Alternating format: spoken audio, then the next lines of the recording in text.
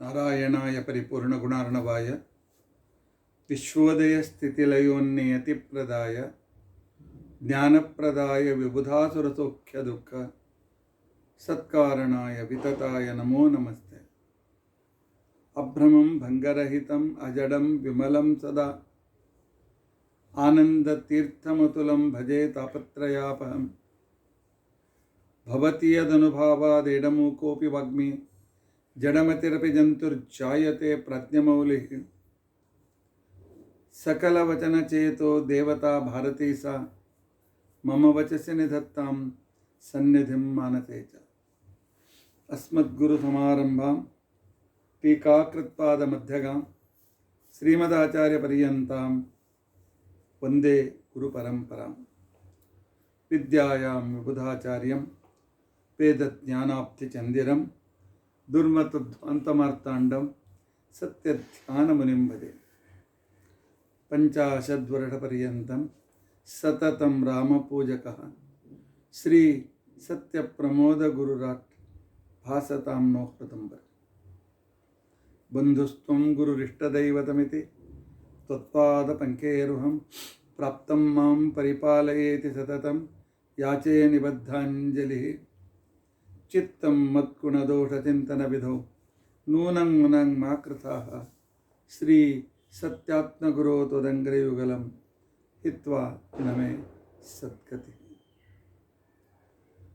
ಯೈರಹಂ ಶುಕವತ್ ಸಮ್ಯಕ್ ಶಿಕ್ಷಿತೋಸ್ಮಿ ಕೃಪಾಲುಭೇ ತಾನ್ವಂದೇ ಧೇನುಪಾಚಾರ್ಯಾನ್ ತತ್ವಜ್ಞಾನಾರ್ಥಸಿದ್ಧಯೇ. ಶ್ರೀ ಗುರುಭ್ಯೋ ನಮಃ. ಹರಿ ಓಂ ಹರಿ ಓಂ ಹರಿ ಓಂ.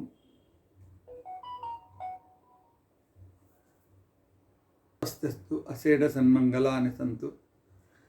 ಶ್ಲೋಕೈಕಶ್ರವಣಪಠನಮಾತ್ರೇಣ ವಕ್ತುಶ್ಚ ಶ್ರೋತॄಣಾಂ ನಿಖಿಲ ಕಲಿಕೃತ ಕಲ್ಮಷಾಪನೋದನಪಟುತರೆ ಧರ್ಮಾದ್ಯಖಿಲ ಪುರುಷಾರ್ಥ ಸಾಧನೆ ಭೂತೆ. ಅದ್ಯ ಪದ್ಮಪುರಾಣೆ ತಥಾ ಅನ್ಯಪುರಾಣೆ ಸುಸ್ಥಿತ ತುಳಸಿ ಮಹಾತ್ಮ್ಯ ವಿವರಣಾರಂಭೆ ಸತಿ ಕಿಂಚಿತ್ ಪೂರ್ವಕಥಾನುವಾದಃ. ಹರಿ ಓಂ.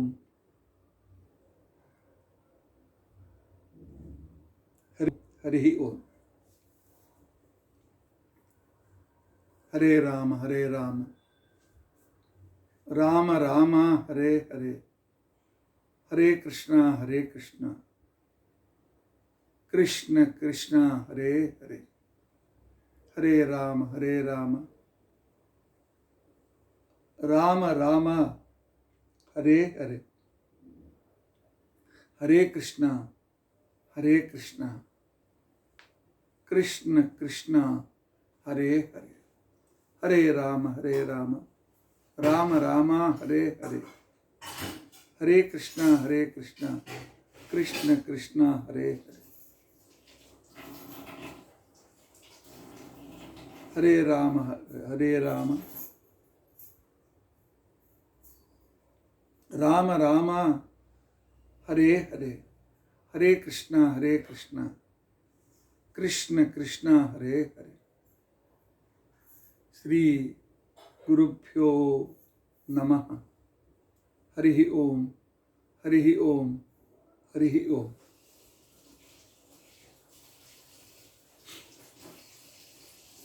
ನಿನ್ನೆಯ ದಿನ ತುಳಸಿ ಇದು ದೈವಿ ವೃಕ್ಷವೂ ಹೌದು,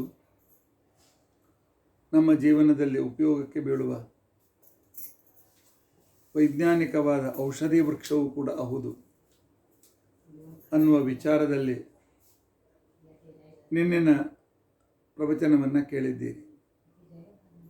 ಇವತ್ತು ಪದ್ಮಪುರಾಣ ಸೂತ ಸಂಹಿತದಲ್ಲಿ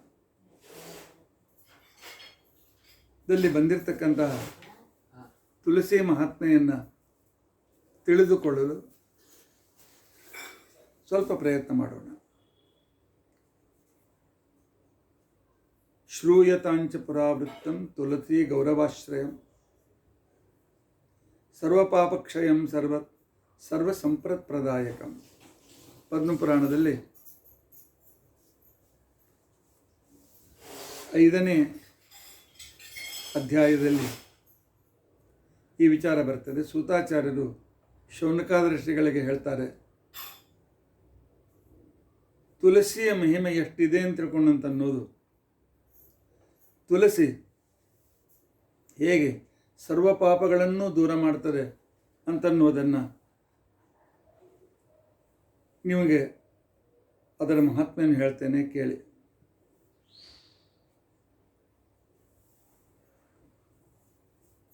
ಒಬ್ಬ ಬ್ರಾಹ್ಮಣ ಇದ್ದ.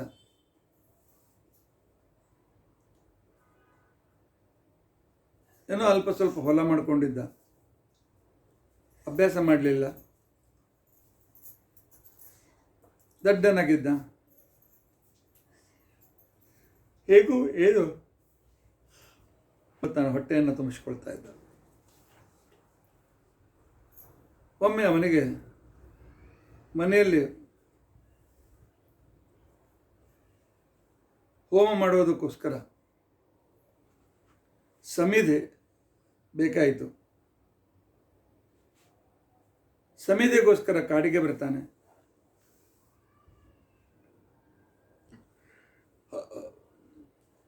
ಆನಂತರ ತನ್ನ ಪಶುಗಳಿಗೋಸ್ಕರ ಹುಲ್ಲನ್ನು ಕತ್ತರಿಸಿ ಹುಲ್ಲಿನ ಗಂಟನ್ನು ಕಟ್ತಾನೆ. ಹೀಗೆ ಮತ್ತೆ ಸಮಿಧೆ ಹುಡುಕುವಾಗ ಮನೆಗೆ ಒಂದು ಸಮೃದ್ಧವಾದ ತುಳಸಿಯ ಒಂದು ವನ ಕಾಣ್ತದೆ. ಸಂಪೂರ್ಣ ಹಸಿರಾಗಿರ್ತಕ್ಕಂಥ ಸುಂದರವಾದ ತುಳಸಿ ವನ. ಪುಣ್ಯಂ ಹರಿನ್ಮಣಿಶ್ಯಾಮಂ ಕೋಮಲಂ ಸುಮನೋಹರಂ, ಒಳ್ಳೆಯ ಕೋಮಲವಾಗಿರ್ತಕ್ಕಂಥ ದಳಗಳಿಂದ ಕೂಡಿದ ಹಸಿರು ಮಣಿಯನ್ನೇ ಹಾಸಿದ್ದಾರೆ ಏನೋ ಎಂಬುವಂತೆ ಇರತಕ್ಕಂತಹ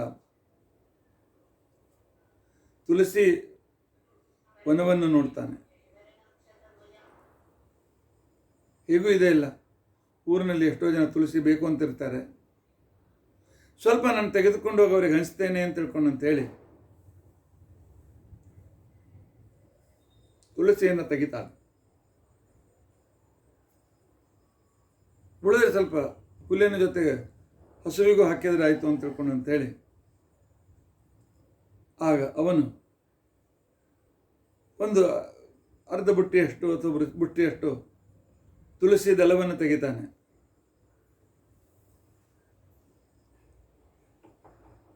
ಆಗ ತುಳಸಿ ಅವನ ಮೇಲೆ ಆಶೀರ್ವಾದ ಮಾಡ್ತಾಳೆ. ಯೋಗದಿಂದ ಅವನ ಆಯುಷ್ಯ ಅದೇ ಕ್ಷಣಕ್ಕೆ ಮುಗಿದು ಹೋಗ್ತದೆ. ಇನ್ನು ಮರಣಕ್ಕೋಸ್ಕರ ಏನಾದ್ರು ಒಂದು ನಿಮಿತ್ತ ಬೇಕಲ್ಲ. ಯಮದೂತರು ಅವನ ಹತ್ರ ಬರ್ತಾರೆ. ಅಲ್ಲೇ ಹೋಗ್ತಕ್ಕಂಥ ಒಂದು ಕೃಷ್ಣ ಸರ್ಪವನ್ನು ಕರೆದು ಹೇಳ್ತಾರೆ, ಕೃಷ್ಣ ಸರ್ಪ ಇಲ್ವಾ, ಇವನ ಆಯುಷ್ಯ ಮುಗಿದಿದೆ, ಇವನಿಗೆ ಧ್ವಂಸ ಮಾಡು. ಮಹಾಪಾಪಿಷ್ಟ ಇವನು, ಮೂರ್ಖ, ಏನು ಓದಿಲ್ಲ ಬಿಟ್ಟಿಲ್ಲ, ಹಮಾಲಿ ಮಾಡಿಕೊಂಡಿದ್ದಾನೆ. ಇವನು ಮಾಡಿದ ಪಾಪಕ್ಕೆ ನಾನು ನರಕಕ್ಕೆ ಕರ್ಕೊಂಡು ಹೋಗಬೇಕಾಗಿದೆ. ಅದಕ್ಕೆ ಇವನನ್ನು ಕಚ್ಚಿಬಿಡು, ನಿನ್ನ ನಿಮಿತ್ತ ಮಾಡಿಕೊಂಡು ಪ್ರಾಣ ಬೀಳ್ತದೆ, ನಾವು ಇವನನ್ನು ಕರೆದುಕೊಳ್ತೇವೆ ಅಂತ. ಆಗಲಿ ಅಂತ ತಿಳ್ಕೊಂಡು ಹೇಳಿ ಆ ಸರ್ಪ ಇವನ ಹತ್ರ ಬರ್ತದೆ. ಬ್ರಾಹ್ಮಣನನ್ನು ಕಚ್ಚಬೇಕು ಅಂಥೇಳಿ ಹತ್ರ ಬರ್ತದೆ. ಆದರೆ ಏನು ಆಶ್ಚರ್ಯ, ಸುತ್ತಲೂ ಒಂದು ಚಕ್ರ ತಿರುಗ್ತಾ ಇದೆ. ಚಕ್ರ ತಿರುಗ್ತಾ ಇದೆ. ಹೀಗಾಗಿ ಆ ಮೃತ್ಯು ರೂಪವಾಗಿರ್ತಕ್ಕಂಥ ಸರ್ಪಕ್ಕೆ ಅವನ ಹತ್ರ ಹೋಗ್ಲಿಕ್ಕೆ ಆಗಲಿಲ್ಲ. ಆಗ ಅದು ಆಯ್ತು, ಏನು ಮಾಡಿ ಇವನು ಈ ಹುಲ್ಲಿನ ಕಟ್ಟನ್ನಾದರೂ ತನ್ನ ಮನೆಗೆ ತೆಗೆದುಕೊಂಡು ಹೋಗುವಾಗ ಕಚ್ಚಿದ್ರೆ ಆಯಿತು ಅಂತ ತಿಳ್ಕೊಂಡು ಅಂತೇಳಿ ವಿಚಾರ ಮಾಡಿ ಆ ಹುಲ್ಲಿನ ಕಟ್ಟಿನ ಮಧ್ಯೆ ಹೋಗಿ ಸೇರ್ಕೊಳ್ತಾರೆ ಆ ಸರ್ಪ.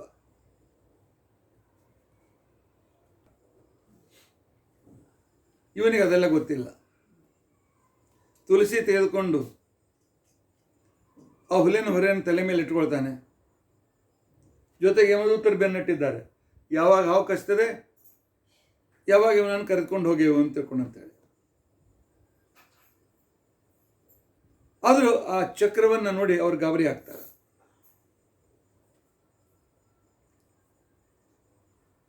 ಆ ಚಕ್ರವನ್ನು ನೋಡಿ ಯಮದೂತರಿಗೆ ಅನ್ನಿಸ್ತದೆ ಇದು ಕೃಷ್ಣನ ಚಕ್ರ ಅಂತ ತಿಳ್ಕೊಂಡಂತೇಳಿ. ಕೃಷ್ಣನನ್ನು ಸ್ಮರಿಸ್ತಾರೆ. ಕೃಷ್ಣ ಬಂದಾಕ್ಷಣಕ್ಕೇನೆ ಅವ್ರು ಕೇಳ್ತಾರೆ, ಕೃಷ್ಣ, ಈ ಬ್ರಾಹ್ಮಣ ಬಹಳ ಪಾಪಿ ಇದ್ದಾನೆ, ಮುಗಿತಾ ಬಂದಿದೆ, ಅತ್ಯಂತ ಒಂದೆರಡು ಕಿಲುವೆ ಇದೆ, ಆದರೆ ನೀನು ಚಕ್ರ ಇವನನ್ನು ಯಾಕೆ ಸಂರಕ್ಷಣೆ ಮಾಡ್ತಾ ಇದೆ ಅಂತ ತಿಳ್ಕೊಂಡಂತ.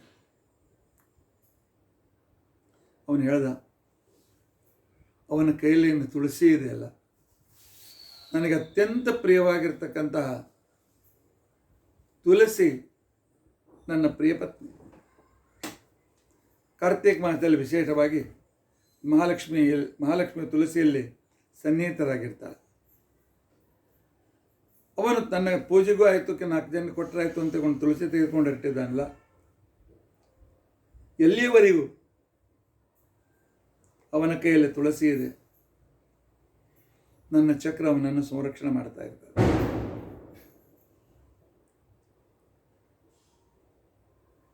ಆಗ ಆಯಿತು, ಇವನು ಮನೆಗೆ ಹೋದ್ಮೇಲೆ ತುಳಸಿ ಕೆಳಗಿಡ್ತಾನೆ,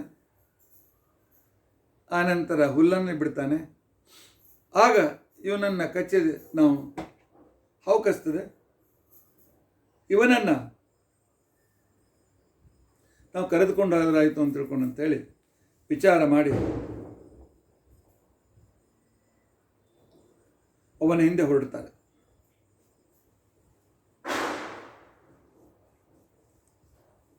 ಅಷ್ಟರಲ್ಲಿ ಒಬ್ಬ ಜ್ಞಾನಿಗಳು ಅಲ್ಲಿ ಬರ್ತಾರೆ.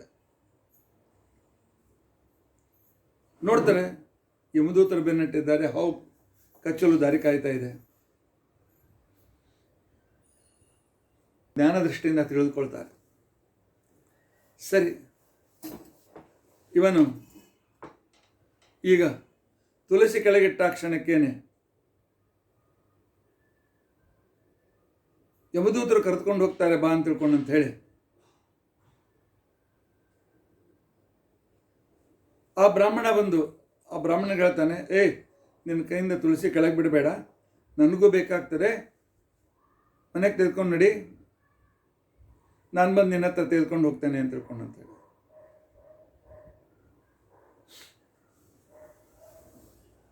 ಆಗ ಯಮದೂತರು ಹೇಳ್ತಾರೆ, ಹಾಗಾದರೆ ನಾವು ಬೆನ್ನಟ್ಟಿದ್ದೇನಾಯಿತು,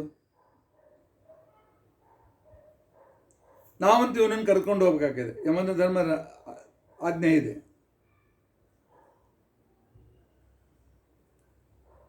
ಹೇಳ್ತಾನೆ, ಅದು ನಿಮ್ಮ ಪ್ರಾಬ್ಲಮ್, ನನ್ನ ಪ್ರಾಬ್ಲಮ್ ಅಲ್ಲ. ಒಟ್ಟು ಅವನ ಕೈಯಲ್ಲಿದ್ದ ತುಳಸಿ ಅವನನ್ನು ಸಂರಕ್ಷಣೆ ಮಾಡ್ತಾ ಇದೆ.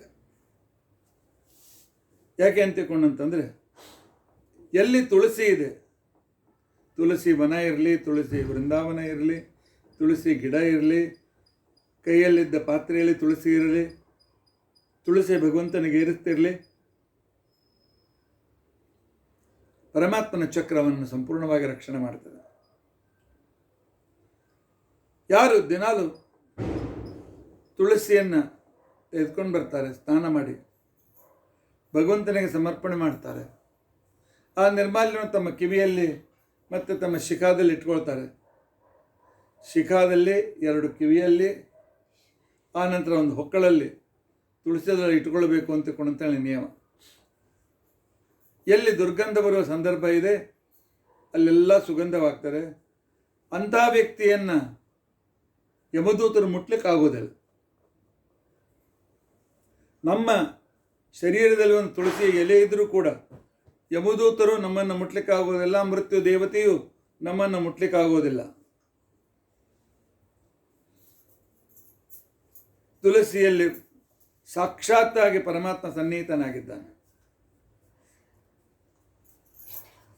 ಆದ್ದರಿಂದಾಗಿ ಕೈಯಲ್ಲಿರುವ ತುಳಸಿ ಹಿಡಿದುಕೊಂಡಿರ್ತಕ್ಕಂಥ ವ್ಯಕ್ತಿಯನ್ನು ಪರಮಾತ್ಮ ಅನೇಕ ರೀತಿಯಿಂದ ಸಂರಕ್ಷಣೆ ಮಾಡ್ತಾನೆ. ಯಾವ ವ್ಯಕ್ತಿ ಬೇಡ ಒಂದು ಎಲೆಯನ್ನಿಂದಾದರೂ ಪರಮಾತ್ಮನಿಗೆ ತುಳಸಿಯನ್ನು ಏರಿಸ್ತಾನೆ, ಅಪಮೃತ್ಯುವಿನಿಂದ ಅವನು ಸುರಕ್ಷಿತನಾಗ್ತಾನೆ. ಎಷ್ಟು ತುಳಸಿ ಮಹಿಮಾ ಅದ್ಭುತವಾಗಿದೆ ಅಂತ ತಿಳ್ಕೊಂಡಂತಂದರೆ,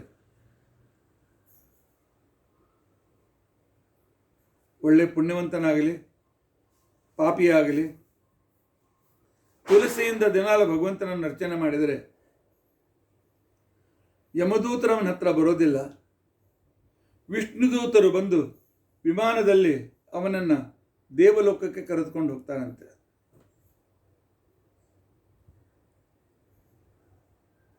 ಅಲ್ಲಿ ಆ ಋಷಿಗಳಿಗೆ ಕೇಳ್ತಾರೆ,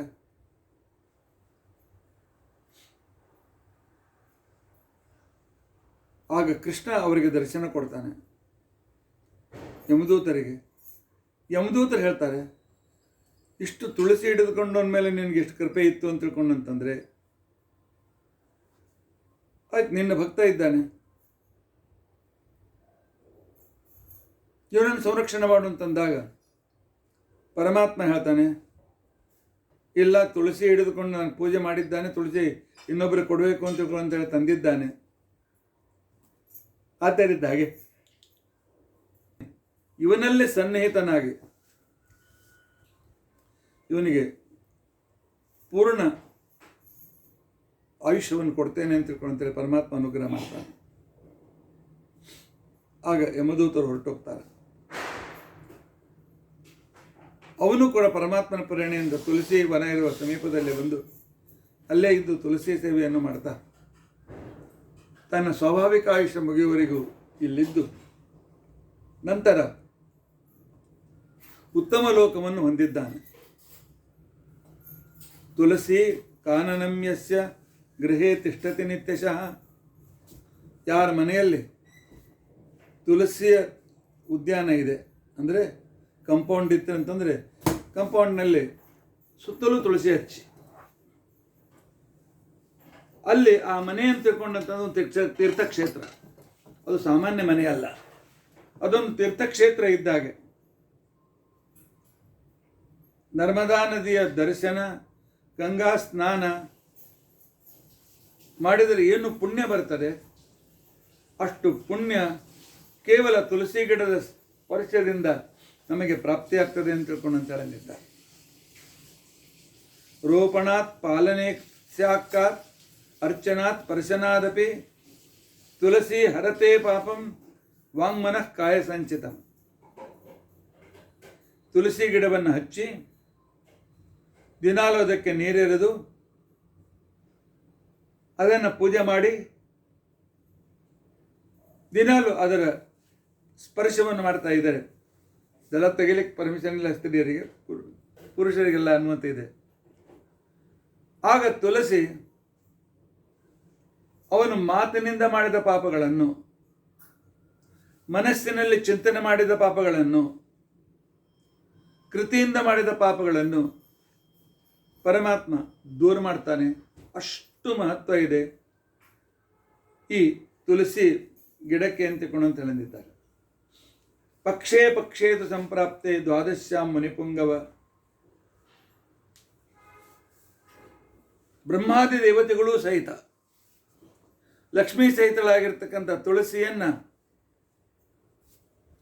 ಪ್ರತಿದಿನ, ವಿಶೇಷವಾಗಿ ದ್ವಾದಶಿ ದಿನ ತಪ್ಪದೆ ಆ ತುಳಸಿಯನ್ನು ಪೂಜೆ ಮಾಡ್ತಾರೆ. ಮಣಿಕಾಂಚನ ಪುಷ್ಪಾಣಿ, ಒಳ್ಳೆ ಮಣಿ ಹಾಕಿ ವಜ್ರಗಳ ಜಡಿದು ಬಂಗಾರದಿಂದ ಮಾಡಿದ ಹೂಗಳು, ಮುತ್ತುಗಳಿಂದ ಮಾಡಿರ್ತಕ್ಕಂತಹ ಆಭರಣಗಳು,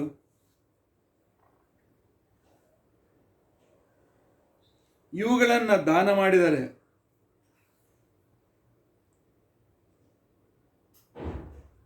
ಅದರ ಪುಣ್ಯ ತುಳಸಿ ಪತ್ರ ಇಟ್ಟು ಏನಾದರೂ ದಾನ ಮಾಡಿದರೆ ಪುಣ್ಯ ಸಿಗ್ತದೆ, ಅದಕ್ಕಿಂತಲೂ ಕಡಿಮೆ ಆಗ್ತದೆ. ತುಳಸಿ ಪತ್ರ ಇಟ್ಟು ಯಾವುದಾದ್ರೂ ಒಂದು ಕೃಷ್ಣಾರ್ಪಣ ಅಂತ ತಿಳ್ಕೊಂಡು ಅಂತಂದರೆ ಏನು ಪುಣ್ಯ ಬರ್ತದೆ, ಅಷ್ಟು ಪುಣ್ಯ ವಜ್ರ ವೈಡೂರ್ಯ ರತ್ನ ಖಚಿತವಾದ ದಾನ ಮಾಡಿದರೂ ಕೂಡ ಅಷ್ಟು ಪುಣ್ಯ ಬರೋದಿಲ್ಲ ಅಂತ ತಿಳ್ಕೊಂಡು ಅಂತ ಹೇಳಿದ್ದಾರೆ.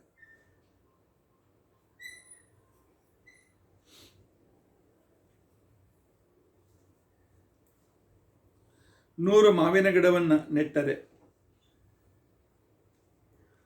100 ಅಶ್ವತ್ಥ ಗಿಡಗಳನ್ನು ನೆಟ್ಟರೆ ಅಷ್ಟೆಲ್ಲ ಪುಣ್ಯ ಒಂದು ತುಳಸಿ ಗಿಡವನ್ನು ಹಚ್ಚಿ ಅದನ್ನು ಪೂಜೆ ಮಾಡ್ತಾ ಇದ್ದರೆ ಅಷ್ಟು ಮಹಾಪುಣ್ಯ ನಮಗೆ ಪ್ರಾಪ್ತವಾಗ್ತದೆ. ತುಳಸಿ ಮಂಜಬಿರ್ಯ ಕುರ್ಯಾತ್ ಹರಿಪದಾರ್ಚನಂ. ತುಳಸಿ ಗಿಡದ ಹೂಗಳು ಬಂದಿರ್ತಾರಲ್ಲ, ತುಳಸಿ ಮಂಜರಿ ಅಂತ ಕರೀತಾರೆ. ಅದರಿಂದ ಭಗವಂತನನ್ನು ಸತತ ಪೂಜೆ ಮಾಡ್ತಾ ಇದ್ದಾರೆ. ಬೇಗನೆ ಅಪರೋಕ್ಷ ಜ್ಞಾನವಾಗಿ ಮೋಕ್ಷಕ್ಕೆ ಹೋಗ್ತಾನೆ. ಪುನಃ ಜನ್ಮ ಮರಣಗಳ ಈ ಚಕ್ರದಲ್ಲಿ ಸಿಕ್ಕಿ ಬೀಳುವುದಿಲ್ಲ. ಪುಷ್ಕರಾದ್ಯಾನಿ ತೀರ್ಥಾನಿ, ಪುಷ್ಕರಗಳೇ ಮೊದಲಾದ ಶ್ರೇಷ್ಠ ತೀರ್ಥಗಳು. ತೀರ್ಥಾನಿ ಗಂಗಾದ್ಯ ಸರಿತಸ್ತಥ. ಪುಷ್ಕರೇ ಮೊದಲಾಗಿರ್ತಕ್ಕಂಥ ತೀರ್ಥಗಳು, ಗಂಗಾ ಮೊದಲಾಗಿರ್ತಕ್ಕಂಥ ಮಹಾನದಿಗಳು, ಶ್ರೀ ಹರಿಯೇ ವಾಸುದೇವನೇ ಮೊದಲಾದ ಎಲ್ಲ ದೇವತೆಗಳು ತುಳಸಿ ಗಿಡದಲ್ಲಿ ವಾಸ ಮಾಡಿದ್ದಾರಂತೆ. ತುಳಸಿ ದಳದಲ್ಲಿ ವಾಸ ಮಾಡಿದ್ದಾರೆ. ಒಂದು ದಳ ಏರಿಸುವಾಗ ಕೈಯಲ್ಲಿ ದಳ ಹಿಡಿದುಕೊಂಡು ಪುಷ್ಕರಾದಿ ಸಕಲ ತೀರ್ಥಗಳು, ಗಂಗಾ ಯಮುನಾದಿ ನದಿಗಳು, ಪರಮಾತ್ಮನ ಅನೇಕ ರೂಪಗಳು ಇದಲ್ಲಿವೆ ಅಂತ ತಿಳ್ಕೊಂಡಂತೇಳಿ ಆನಂದದಿಂದ ಪರಮಾತ್ಮ ನಿನ್ನ ರೂಪಗಳನ್ನೇ ನಿನಗೆ ಸಮರ್ಪಣೆ ಮಾಡ್ತೇನೆ ಅಂತ ತಿಳ್ಕೊಂಡಂತೇಳಿ ಅರ್ಪಣೆ ಮಾಡಿದರೆ ನಮಗಾಗುವ ಆನಂದವು ಎಷ್ಟಾಗ್ಬೋದು ಕಲ್ಪನೆ ಮಾಡಿಕೊಳ್ಳಿ. ಆ ಅನುಸಂಧಾನ ಇರಬೇಕು ತುಳಸಿ ಅಳಿಸಿರುವಾಗ. ಇಲ್ಲದೇ ಇದ್ದರೆ ಕೇಶವಾಯ ನಮಃ, ನಾರಾಯಣಾಯ ನಮಃ, ಮಾಧವಾಯ ನಮಃ, ಗೋವಿಂದಾಯ ನಮಃ ದೇವ್ರ ಮುಖದ ಮೇಲೆ ಎಸೆದಂಗೆ ಎಸಿಬಾರ್ದು, ಸಾವಕಾಶವಾಗಿ ಏರಿಸ್ಬಾರ್ದು. ಆರೋಪ್ಯ ತುಳಸೀಂ ದೇವೀಂ ಸಂಪೂಜ್ಯ ತುಳಸೀವನಂ ವಸಂತೆ ಮೋದಮಾನಾಸ್ತೆ ಯತ್ರ ದೇವಶ್ಚತುರ್ಭುಜ. ತುಳಸಿ ಗಿಡಗಳನ್ನು ಹಚ್ಚಿ ಅದಕ್ಕೆ ನೀರೆರೆದು ದಿನಾಲು ಪೂಜೆ ಮಾಡ್ತಾ ಇದ್ದರೆ ಮೋಕ್ಷದಲ್ಲಿ ಪರಮಾತ್ಮ ಅವರಿಗೂ ಚತುರ್ಭುಜ ರೂಪವನ್ನು ಸುಂದರ ರೂಪ ಕೊಟ್ಟು ಮೋಕ್ಷದಲ್ಲಿಟ್ಟು ವಿಶೇಷ ಸುಖ ಕೊಡ್ತಾನಂತೆ. ಏಕಕಾಲಂ ದ್ವಿಕಾಲಂ ವಾ ತ್ರಿಕಾಲಂ ವಾಪಿ ಯೋ ನರಃ ಸಂಪೂಜ್ಯ ತುಳಸೀಂ ದೇವೀಂ ಕೃತಕೃತ್ಯೋ ಭವಿಷ್ಯತಿ. ಬೆಳಿಗ್ಗೊಮ್ಮೆ ಪೂಜೆ ಮಾಡಬೇಕು, ಮಧ್ಯಾಹ್ನ ಮತ್ತೊಮ್ಮೆ ಮಂಗಳಾರತಿ ಮಾಡಬೇಕು, ರಾತ್ರಿ ದೇವರ ಜೊತೆಗೆ ತುಳಸಿಗೂ ಮಂಗಳಾರತಿ ಮಾಡಬೇಕು. 3 ಸಲ ಇಲ್ಲ 2 ಸಲ ಇಲ್ಲ 1 ಸಲ ಆದರೂ ಕೂಡ ತುಳಸಿ ಪೂಜೆಯನ್ನು ಮಾಡಿದರೆ ಪರಮಾತ್ಮ ಸಂತುಷ್ಟನಾಗಿ ಪರಮಾನುಗ್ರಹ ಮಾಡ್ತಾನೆ. ಸೂತ ಸಂಹಿತ ಅಂತ ತಿಳ್ಕೊಂಡು ಅಂತ ಹೇಳಿ ಒಂದು ಸೂತಾಚಾರ್ಯರು ಮಹಾಭಾರತ ರಾಮಾಯಣದ ಸಂಗ್ರಹ ರೂಪವಾದಂಥ ಒಂದು ಗ್ರಂಥ, ವೇದವ್ಯಾಸ ದೇವರು ಬರೆದಿರ್ತಕ್ಕಂಥ ಗ್ರಂಥ. ಅದರಲ್ಲಿ ಹೇಳ್ತಾರೆ, ಮಕ್ಕಳು ಬೇಕಾಗಿರ್ತಕ್ಕಂಥವರು ತುಳಸಿ ಸೇವೆಯನ್ನು ಮಾಡಿ ರಂಗವಲ್ಲೀಂ ಪುರೋನಸ್ಯ ದೀಪಂ ದತ್ವಾ ದಿನೇ ದಿನೇ. ತುಳಸಿ ವೃಂದಾವನ ಮನೆಯಲ್ಲಿ ಮಾಡಿ, ತುಳಸಿ ಗಿಡದ ಈಗಿನ ಗಿಡದಲ್ಲಿ ಫ್ಲ್ಯಾಟ್ನಲ್ಲಿ ಇದ್ದರೆ ಒಂದು ಕುಂಡದಲ್ಲಿ ಪೃಥ್ವಿಯನ್ನು ತುಳಸಿಯನ್ನು ಬೆಳೆಸಿ ಅದರ ಎದುರಿಗೆ ರಂಗವಲ್ಲಿಯನ್ನು ತೆಗೆದು ದೀಪ ಇಟ್ಟು ಕೈ ಜೋಡಿಸಿದರೆ ಪ್ರದಕ್ಷಿಣೀ ಶತಂ ಕೃತ್ವ 100 ಪ್ರದಕ್ಷಿಣೆ 100 ನಮಸ್ಕಾರ ಮಾಡಿ ಧೂಪ ದೀಪಾದಿ ನೈವೇದ್ಯ ಧೂಪದೀಪ ನೈವೇದ್ಯಗಳನ್ನು ಕೊಟ್ಟರೆ ಪೋಷಯೇತ್ ಪುತ್ರ ಕಾಮಾರ್ಥ ವತ್ಸರಾತ್ತನಯಂ ಲಭೇತ್. 1 ವರ್ಷದಲ್ಲಿ ಪುತ್ರನನ್ನು ಪಡಿತಾಳೆ ಅಂತ ತಿಳ್ಕೊಂಡಂತೇಳಿ ಸೂತ ಸಂಹಿತೆಯಲ್ಲಿ ಪ್ರಹ್ಲಾದರಾಜರು ಈ ಮಾತನ್ನು ಹೇಳ್ತಾ ಇದ್ದಾರೆ. ತುಳಸಿಗೆ ಆಗಾಗ ಒಂದು ಸ್ವಲ್ಪ ಹಾಲು ಹಾಕ್ತಿರ್ಬೇಕಂತೆ, ಒಂದು ಅರ್ಧ ಲೋಟ ಹಾಲು ದಿನಾಲು. ಆನಂತರ ಒಮ್ಮೊಮ್ಮೆ ಕಬ್ಬಿನ ರಸವನ್ನು ಹಾಕಬೇಕಂತೆ, ಅಥವಾ ಅದರ ಜೊತೆಗೆ ಎಳೆನೀರನ್ನು ಕೂಡ ಹಾಕ್ಲಿಕ್ಕೆ ಬರ್ತದೆ ಅಂತೆ, ಭಾಳ ಚೆನ್ನಾಗಿ ಬೆಳೀತದಂತೆ. ಆನಂತರ ಪಾಯಸದ ನೈವೇದ್ಯವನ್ನು ತೋರಿಸಿದರೆ ಅವಳು ಬಂಜೆಯಾಗಿದ್ದರೂ ಕೂಡ, ಅವಳ ಗಂಡ ನಪುಂಸಕನಾಗಿದ್ದರೂ ಸಹಿತ ದೊಡ್ಡ ದೇಶಕ್ಕೆ ರಾಜನಾಗುವಂತಹ ಒಬ್ಬ ಒಳ್ಳೆ ಶ್ರೇಷ್ಠ ಪುತ್ರ ಹುಟ್ಟುತ್ತಾನಂತೆ. ದದಾತಿ ನಿತ್ಯಂ ಬಂಧಾಯ ಸಾಮ್ರಾಜ್ಯಾಧಿಪತಿಂ ಸುತಂ ಭೋಜಯೇ ತುಳಸೀಂ ಪ್ರೀತಿ. ಪಾಯಸ ಮಾಡಿ ತುಳಸಿ ದೇವಿಗೆ ನೈವೇದ್ಯ ತೋರಿಸ್ಬೇಕು. ಪ್ರತಿ ಶುಕ್ರವಾರ ತುಳಸಿ ಗಿಡಕ್ಕೆ ಪಾಯಸದ ನೈವೇದ್ಯವನ್ನು ತೋರಿಸಿದರೆ ಡಾಕ್ಟರ್ ನೀನು ಬಂಜೆ ಮಕ್ಕಳಾಗೋದಿಲ್ಲ ಅಂತ ಹೇಳಿದರೂ ಕೂಡ, ಅಥವಾ ನೀನು ಗಂಡಸು ನಿನ್ನ ಸ್ಪರ್ಮ್ ಕೌಂಟಿಂಗ್ ಭಾಳ ಕಡಿಮೆ ಇದೆ ಅಂತ ತಿಳ್ಕೊಂಡಂತೇಳಿ ಹೇಳಿದರೂ ಸಹ ಅವರಿಗೆ ಉತ್ತಮ ಪುತ್ರರು ಹುಟ್ಟುತ್ತಾರೆ. ದಶರಥ ಕೌಸಲ್ಯರು ಕೂಡ ಈ ತುಳಸಿಯನ್ನು ಪೂಜೆ ಮಾಡಿಯೇ ಮುಂದೆ ಮಕ್ಕಳನ್ನು ಪಡೆದಿದ್ದಾರೆ. ಸೂರ್ಯವಂಶದಲ್ಲಿ ಹುಟ್ಟಿರ್ತಕ್ಕಂಥ ದಶರಥ 60,000 ವರ್ಷಕ್ಕಿಂತಲೂ ಹೆಚ್ಚು ರಾಜ್ಯವನ್ನು ಆಳಿದ. ಆನಂತರ ಜಗತ್ತಿಗೆ ಪರಮೋಪಕಾರ ಮಾಡಿದ. ದೇವತೆಗಳಿಗೂ ಸೇವೆ ಮಾಡ್ತಾ ಇದ್ದ, ದೇವತೆಗಳಿಗೂ ಸಹಾಯ ಮಾಡ್ತಾ ಇದ್ದ. ಒಂದ್ಸಲ ಕೌಸಲ್ಯ ಮನೆಗೆ ಬಂದು ಕೂತ್ಕೊಂಡಾಗ ಸಮಯ ಸಿಗೋದೇ ಕಡಿಮೆ, ಸ್ವಲ್ಪ ಸಮಯ ಇತ್ತು. ಆಗ ಅವನಿಗೆ ಮಕ್ಕಳಾಗಲಿಲ್ಲ ಅಂತ ಒಂದು ಚಿಂತೆ ಪುನಃ ನೆನಪಾಯಿತು. ಅರಾತಿ ಮೂರ್ಧ ಸುಪ್ಪದಂ ನೆಸ್ಯ ದೇವೀಂ ಮಯಾಬಲಾತ್ ಸಂಪದೋ ನಿಖಿಲ ಪ್ರಾಪ್ತ ಸಾಮಂತ ಸೇವಕ ಮಮ. ಕೌಸಲ್ಯ, ದುಷ್ಟರಾದ ಶತ್ರುಗಳನ್ನು ಸೋಲಿಸಿ ಬೇಕಾದಷ್ಟು ಸಂಪತ್ತಿಯನ್ನು ಗಳಿಸಿದ್ದೇನೆ, ಎಲ್ಲ ಸುಖಗಳನ್ನು ಅನುಭವಿಸಿದ್ದೇನೆ. ನನ್ನ ರಾಜ್ಯಕ್ಕೆ ಶತ್ರುಗಳಿಲ್ಲ.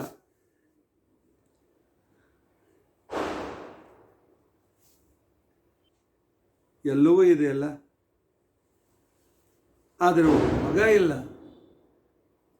ಒಂದು ಸಂತಾನ ಇಲ್ಲ. ನಾನು ಎಂಥ ನಿರ್ಭಾಗ್ಯ. ಮಗನನ್ನು ನೋಡದೇ ಇದ್ದವನ ಕಣ್ಣುಗಳು, ಅವನು ಕಣ್ಣಿದ್ದು ಕುರುಡ. ಸ್ವಂತ ಮಗನನ್ನು ಕಾಣದೇ ಇರತಕ್ಕಂಥ, ಅವನ ಶಬ್ದವನ್ನು ಕೇಳದೇ ಇರತಕ್ಕಂಥ ವ್ಯಕ್ತಿ, ಕಿವಿಯಿದ್ದು ಕೂಡ ಅವನು ಕಿವುಡ. ಎಲ್ಲ ಸಾಧನವಿದ್ದರೂ ಇಲ್ಲದ ವ್ಯಕ್ತಿ ದರಿದ್ರ ವ್ಯಕ್ತಿ ಅಂತ ಅನಿಸ್ಕೊಳ್ತಾನೆ. ನಾವು ಎಲ್ಲಿ ಹೋಗಲಿ, ಏನು ಮಾಡಲಿ, ಹೇಗೆ ನನಗೆ ಮಕ್ಕಳಾಗ್ತಾರೆ? ಭಾಳ ದುಃಖ ಮಾಡ್ತಾ ಇರುವಾಗ ಕೌಸಲ್ಯ ಹೇಳ್ತಾಳೆ, ಪತಿದೇವ ಯಾಕೆ ಚಿಂತೆ ಮಾಡ್ತಿ? ಚಿಂತೆ ಮಾಡಿ ಸ್ವರ್ಗ ಹೋಗಿದ್ದೀರಿ ನೋಡಿ. ಚಿತಾದ ಹತಿ ನಿರ್ಜೀವಂ, ಸ್ಮಶಾನದಲ್ಲಿರ್ತಕ್ಕಂಥ ಚಿತೆ ಮೃತ ಶರೀರಗಳನ್ನು ಮಾತ್ರ ಸುಡ್ತಾರೆ. ಆದರೆ ಚಿಂತೆ ಜೀವಂತ ವ್ಯಕ್ತಿಯನ್ನೇ ಸುಟ್ಟಾಕ್ತದೆ. ಯಾಕೆ ಚಿಂತೆ ಮಾಡ್ತೀರಿ? ಚಿಂತೆಯಿಂದ ಯುಕ್ತನಾಗಿರ್ತಕ್ಕಂಥ ವ್ಯಕ್ತಿಗೆ ಸುಖ ಎಲ್ಲಿಂದು?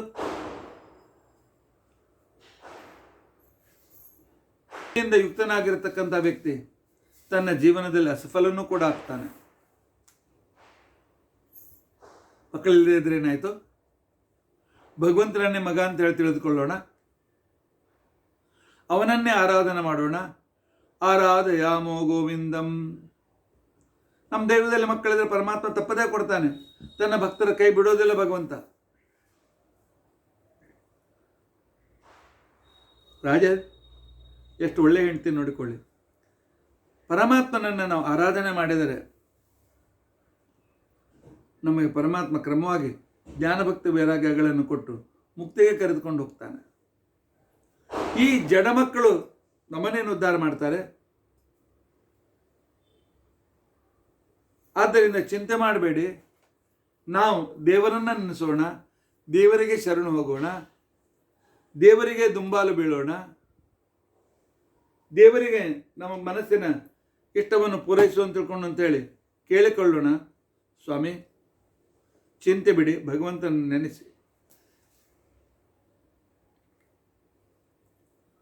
ಸ್ವಲ್ಪ ಹೊತ್ತಿನ ಮೇಲೆ ಕೌಸಲ್ಯಗೆ ನಿದ್ದೆ ಬಂತು, ಮಲ್ಕೊಂಡ್ಬಿಟ್ಲು. ದಶರಥನಿಗೆ ಚಿಂತೆಯಿಂದ ಮಕ್ಕಳೇ ಇಲ್ಲ, ನಿದ್ದೆ ಬರಲೇ ಇಲ್ಲ.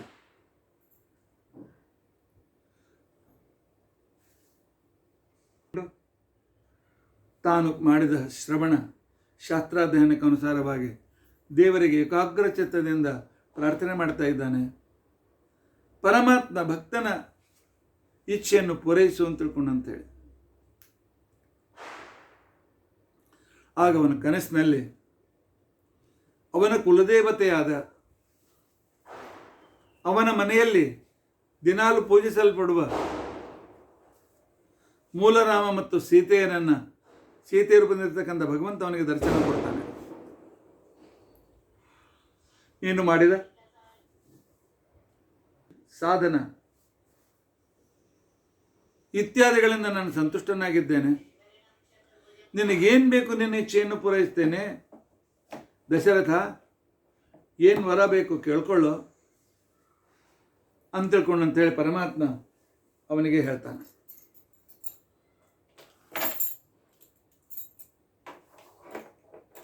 ಶ್ರೀರಾಮ ದಶರಥನಿಗೆ ಹೇಳ್ತಾನೆ, ನೀವಿಬ್ಬರು ಗಂಡ ಹೆಂಡತಿ ಭಗವದ್ಭಕ್ತರಾಗಿದ್ದೀರಿ. ನಿಮ್ಮ ಪೂಜೆ, ನಿಮ್ಮ ಆರಾಧನೆ, ನಿಮ್ಮ ಉಪಾಸನೆಯಿಂದ ನಾನು ಸಂತುಷ್ಟನಾಗಿದ್ದೇನೆ. ನಿಮಗೇನು ವರ ಬೇಕು ಕೇಳಪ್ಪ, ಕೊಡ್ತೀನಿ ಅಂತ ತಿಳ್ಕೊಂಡು ಅಂತೇಳಿ ಅವರ ಕುಲದೇವರಾಗಿರ್ತಕ್ಕಂಥ ರಾಮದೇವರು ಹೇಳ್ತಾರೆ. ದಶರಥ ಹೇಳ್ತಾನೆ, ಯದಿ ಪ್ರಸನ್ನೋ ಭಗವಾನ್, ಪರಮಾತ್ಮ ನಮ್ಮ ಪೂಜೆಯಿಂದ ನೀನು ಸಂತುಷ್ಟನಾಗಿದ್ದು ನಿಜವಾಗಿದ್ದರೆ, ನಿನ್ನ ಅನುಗ್ರಹ ಪಡೆಯಲಿಕ್ಕೆ ನಾನು ಯೋಗ್ಯನಾಗಿದ್ದರೆ, ನಿನ್ನ ಸಮಾನನಾದ ಮಗನನ್ನು ನನಗೆ ಕೊಡು ಅಂತ ತಿಳ್ಕೊಂಡು ಅಂತೇಳಿ ದಶರಥ ಕೇಳ್ಕೊಳ್ತಾನೆ. ನಿನ್ನ ಸಮಾನನಾದ ಮಗ ಬೇಕು ನನಗೆ. ಭಗವಂತ ನಗ್ತಾನೆ. ನಕ್ ಹೇಳ್ತಾನೆ, ಮತ್ ಸಮ ತ್ರಿಷು ಲೋಕೇಶು. ದಶರಥ, ನನ್ನ ಸಮನಾದ ವ್ಯಕ್ತಿ ಜಗತ್ತಿನಲ್ಲಿ ಯಾರೂ ಇಲ್ಲ, ಹಿಂದೆ ಇರಲಿಲ್ಲ, ಈಗೂ ಇಲ್ಲ, ಮುಂದೆಯೂ ಆಗುವುದಿಲ್ಲ. ಹಾಗಾದ್ರೆ ಪರಮಾತ್ಮ ವರ ಕೇಳು ಅಂತ ಕೇಳಿದೆ. ದಶರಥ, ನಿಲ್ಲ, ಗಾಬರಿ ಆಗ್ಬೇಡ, ನಾನೇ ನಿನ್ನ ಮಗನಾಗಿ ಅವತರಿಸಿ ಬರ್ತೇನೆ. ಮನ್ನೇ ಸಮುದ್ಭೂತಾಂ ಅಮೃತಾಂ ಲೋಕಪೂಜಿತಾಂ. ಅಮೃತ ಬಂದಾಗ ನನ್ನ ಕಣ್ಣು ಆನಂದಾಶ್ರುವಿನಿಂದ ಒಂದು ಅಶ್ರು ಕ್ಷೀರ ಸಮುದ್ರದಲ್ಲಿ ಬಿತ್ತು. ಆಗ ಅದು ತುಳಸಿ ಅಂತ ತಿಳ್ಕೊಂಡಂತನ್ನು ವೃಕ್ಷ ರೂಪದಲ್ಲಿ ಅಭಿವ್ಯಕ್ತವಾಯಿತು. ಅಂತ ನನ್ನ ಪ್ರಿಯಳಾದ, ನನ್ನ ಅಶ್ರುವಿನಿಂದ ಹುಟ್ಟಿರ್ತಕ್ಕಂಥ ತುಳಸಿಯನ್ನು ನೀನು ದಿನಾಲು ತುಳಸಿ ಪೂಜೆಯನ್ನು ಮಾಡಪ್ಪ. ಪಾಯಸದ ನೈವೇದ್ಯವನ್ನು ತೋರಿಸು, ಮೋದಕಗಳನ್ನು ಮಾಡಿ ನೈವೇದ್ಯ ತೋರಿಸು, ತುಪ್ಪದ ದೀಪ ನನ್ನ ಗಿಡದ ಹತ್ತಿರ ಹಚ್ಚಿಡು. ಬರೀ ಒಬ್ಬನೇ ಅಲ್ಲ, ಈ ವ್ರತ, ಈ ಪೂಜೆ ಗಂಡ ಹೆಂಡತಿ ಇಬ್ಬರು ಕೂಡಿ ಮಾಡಬೇಕು. ಈ ರೀತಿಯಾಗಿ ತುಳಸಿ ಪೂಜೆಯನ್ನು ಭಕ್ತಿಯಿಂದ ಮಾಡಿದರೆ ನಾನು ನಿನ್ನ ಮೇಲೆ ಸಂತುಷ್ಟನಾಗ್ತೇನೆ. ನಾನು ಸಂತುಷ್ಟನಾದ ಮೇಲೆ ಕಿಮ್ಮ ಲಭ್ಯಂ ಭಗವತಿ ಪ್ರಸನ್ನೆ ಶ್ರೀನಿಕೇತನೆ. ಪರಮಾತ್ಮ ಸಂತುಷ್ಟನಾದ ಮೇಲೆ ಜಗತ್ತಿನಲ್ಲಿ ಅಲಭ್ಯವಾದುದು ಯಾವುದಿದೆ? ಎಲ್ಲವೂ ಲಭ್ಯ.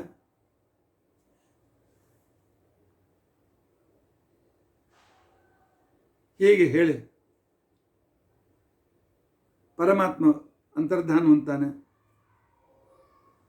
ರಾಜ ದಿಗ್ಗನೆ ಎದ್ದು ಕೂತ್ಕೊಳ್ತಾನೆ. ಬದಿಯಲ್ಲಿ ಮಲಗಿದ ಕೌಸಲ್ಯನ್ನು ಎಬ್ಬಿಸ್ತಾನೆ. ಮಂತ್ರಿಗಳನ್ನು ಕರೆದು ಎಲ್ಲ ಕಡೆಯಲ್ಲಿ ರಾಜ್ಯದಲ್ಲಿ ಸ್ಥಳ ಸಿಕ್ಕಲ್ಲಿ ತುಳಸಿ ಗಿಡವನ್ನು ನೆಡ್ರಿ ಅಂತೇಳಿ ಆಜ್ಞೆ ಮಾಡ್ತಾನೆ. ತನ್ನ ಮಂಟಪದಲ್ಲಿಯೂ ಕೂಡ ಒಂದು ವೃಂದಾವನವನ್ನು ತಯಾರಿಸಿ ಅದರ ಮೇಲೆ ತುಳಸಿಯನ್ನು ಬೆಳೆಸ್ತಾನೆ.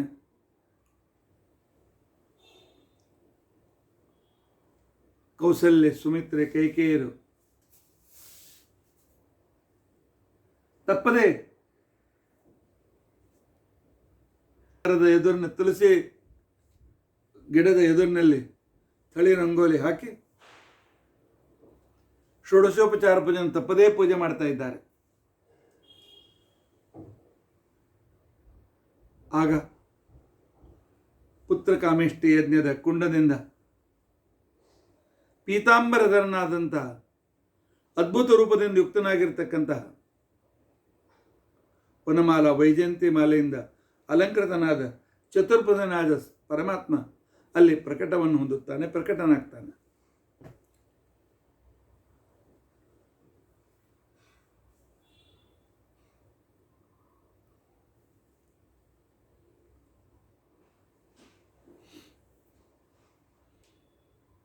ಅವನು ಅನುಗ್ರಹ ಮಾಡಿ ಬದಿಗೆ ಸರಿದ ನಂತರ ಅಲಂಕೃತಳಾಗಿರ್ತಕ್ಕಂಥ ತುಳಸೀದೇವಿ ಅವನ ಕಣ್ಣಿಗೆ ಬೀಳ್ತಾಳೆ. ಪಿಂತಾಪನವನ್ನು ಉಟ್ಟುಕೊಂಡಿದ್ದಾಳೆ. ತಾವರೆಯಂತೆ ಸುಂದರವಾಗಿರ್ತಕ್ಕಂಥ ಮುಖ ಅವಳಿಗಿದೆ. ಅಭಯ ಹಸ್ತವನ್ನು ಮಾಡಿಕೊಂಡೇ ಬಂದಿದ್ದಾಳೆ. ಮೇಘಶ್ಯಾಮ ವರ್ಣದವಳಾಗಿದ್ದಾಳೆ. ಹಿಂಬದಿಯಲ್ಲಿ ಟೊಂಕಕ್ಕೂ ಕೆಳಗೆ ವರೆಗೂ ಅವಳ ಉದ್ದಾದ ಕೂದಲುಗಳಿವೆ.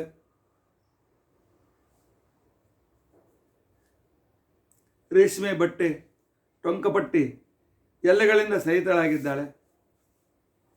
ಅವಳ ಜೊತೆಯಲ್ಲಿ ಪಾರ್ವತೀ ದೇವಿ, ಸರಸ್ವತೀ ದೇವಿ, ಧರಣೀ ದೇವಿ, ಅವಳ ಸ್ವಾಮಿನಿಯಾದ ಮಹಾಲಕ್ಷ್ಮೀ ದೇವಿ, ಅಪ್ಸರೆಯರು ಇತ್ಯಾದಿಗಳೆಲ್ಲ ಆ ತುಳಸಿ ಜೊತೆಗೆ ಪ್ರತ್ಯಕ್ಷರಾಗಿ ತೆಗೆದುಕೊಂಡಿರ್ತಕ್ಕಂತಹ ಪರಮಾತ್ಮನನ್ನ ಆರಾಧನೆ ಮಾಡತಕ್ಕಂಥ ಈ ತುಳಸಿ ದೇವಿ ಅನೇಕ ಅಪ್ಸರೆಯ ಜೊತೆಯಲ್ಲಿ ಕೌಸಲ್ಯ ದಶರಥರ ಎದುರಿಗೆ ಪ್ರತ್ಯಕ್ಷಳಾಗ್ತಾಳೆ. ಇವಳ ಪೂಜೆಯನ್ನು ತೆಗೆದುಕೊಂಡು ತುಳಸಿ ದೇವಿ ಪ್ರತ್ಯಕ್ಷಳಾಗ್ತಾಳೆ.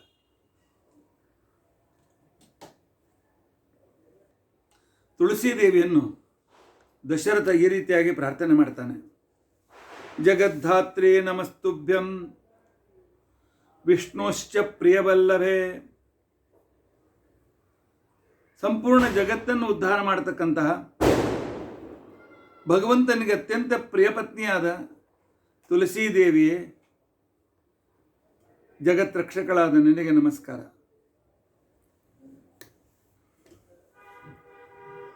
ಬ್ರಹ್ಮಾದೇವೋ ದೇವ. ಬ್ರಹ್ಮಾದಿ ಅನೇಕ ದೇವತೆಗಳೇನಿದ್ದಾರೆ, ಯಾರು ಸೃಷ್ಟಿ ಸ್ಥಿತ್ಯಾದಿಗಳನ್ನು ಮಾಡಲಿಕ್ಕೆ ಸಮರ್ಥರಾಗಿದ್ದಾರೆ, ಆ ಬ್ರಹ್ಮಾದಿ ದೇವತೆಗಳು ಕೂಡ ನಿನ್ನಲ್ಲಿ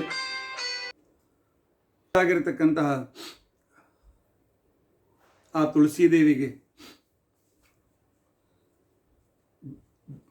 ದಶರಥ ಈ ರೀತಿಯಾಗಿ ಪ್ರಾರ್ಥಿಸ್ತಾನೆ. ಜಗದ್ಧಾತ್ರಿ ನಮಸ್ತುಭ್ಯಂ. ತುಳಸೀದೇವಿ, ನೀನು ಸ್ವತಃ ಲಕ್ಷ್ಮೀದೇವಿ ಸನ್ನಿಧಾನದಿಂದ ಯುಕ್ತಳಾಗಿರ್ತಕ್ಕಂಥವಳು, ಜಗತ್ ರಕ್ಷಕಳು ನೀನು, ಭಗವಂತನಿಗೆ ಅತ್ಯಂತ ಪ್ರಿಯಳಾದವಳು. ಸೃಷ್ಟ್ಯಾದ್ಯಷ್ಟಗಳನ್ನು ಮಾಡುವ ಬ್ರಹ್ಮಾದಿ ದೇವತೆಗಳು ಲಕ್ಷ್ಮೀ ರೂಪಳಾಗಿರ್ತಕ್ಕಂಥ ನಿನ್ನ ಭೃಕುಟಿ ಕಟಾಕ್ಷದ ಪ್ರೇರಣೆಯಿಂದ ತ್ವನ್ಮಾಯಾ ಜನ್ಭಿತಮಿದಂ ಸೃಷ್ಟ್ಯಾದಿಗಳನ್ನು ಮಾಡ್ತಾರೆ. ನಿನ್ನ ಮಾಯಾಶಕ್ತಿಯಿಂದಲೇ ಈ ಜಗತ್ತಿನ ಕ್ರಿಯೆಗಳು ನಡೆದಿವೆ. ಯಾರು ನಿನ್ನನ್ನು ಆರಾಧನೆ ಮಾಡ್ತಾರೆ ಕ್ರಮವಾಗಿ ಜ್ಞಾನಭಕ್ತಿಗಳನ್ನು ಪಡೆದು ಜ್ಞಾನಭಕ್ತಿ ವೈರಾಗ್ಯಗಳನ್ನು ಪಡೆದು ಮುಕ್ತಿಗೆ ಹೋಗೋದು ಸುನಿಶ್ಚಿತ. ತ್ವತ್ಪಾದ ಪೂಜಾಯುಕ್ತಾನಾಂ, ನಿನ್ನ ಪಾದಕಮಲಗಳಿಂದ ಯುಕ್ತರಾಗಿರ್ತಕ್ಕಂಥವರಿಗೆ, ನಿನ್ನ ಪಾದ ಪೂಜೆಯನ್ನು ಮಾಡ್ತಕ್ಕಂಥವರ ವ್ಯಕ್ತಿಗಳಿಗೆ ದುರ್ಲಭ ಏನಿದೆ? ಏನು ದುರ್ಲಭ ಇಲ್ಲ. ಯಸ್ಮೇ ಪ್ರಸನ್ನಾತ್ಮಂ ದೇವಿ ಶ್ಲಾಘ್ಯೋ ಜಗತಿ ತಲೆ. ಯಾರ ಮೇಲೆ ನೀನು ಸಂತುಷ್ಟಳಾಗ್ತಿ ತುಳಸಿದೇವಿ, ಅವರು ಜಗತ್ತಿನಲ್ಲಿ ಎಲ್ಲರ ಕಡೆಯಿಂದ ಹೊಗಳಿಸ್ಕೊಳ್ತಾರೆ, ಜಗತ್ತಿನಿಂದ ಸ್ತುತ್ಯರಾಗ್ತಾರೆ. ತ್ವತ್ಪ್ರಸಾದೇನ ಪುತ್ರಸ್ಯ, ಅನುಗ್ರಹ ಮಾಡ್ತಾಯಿ, ನಿನ್ನ ಅನುಗ್ರಹದಿಂದ ನನಗೆ ಸಂತಾನ ಆಗಬೇಕು, ನನಗೆ ಉತ್ತಮ ಸಂತಾನ ಕೊಡು ಅಂತ ತಿಳ್ಕೊಂಡು ಅಂತ ಹೇಳಂದಿದ್ದ. ಆಗ ತುಳಸೀದೇವಿ ಹೇಳ್ತಾಳೆ, ವರದಾಹಂ ಪ್ರಸನ್ನಾಸ್ಮಿ ದಶರಥ, ನಿನ್ನ ಪೂಜೆಯಿಂದ, ನಿನ್ನ ಮತ್ತು ಕೌಸಲ್ಯರ ಪೂಜೆಯಿಂದ ನಾನು ಸಂತುಷ್ಟಳಾಗಿದ್ದೇನೆ. ಪುತ್ರಕಾಮೇಷ್ಟಿ ಯಜ್ಞವನ್ನು ಮಾಡು.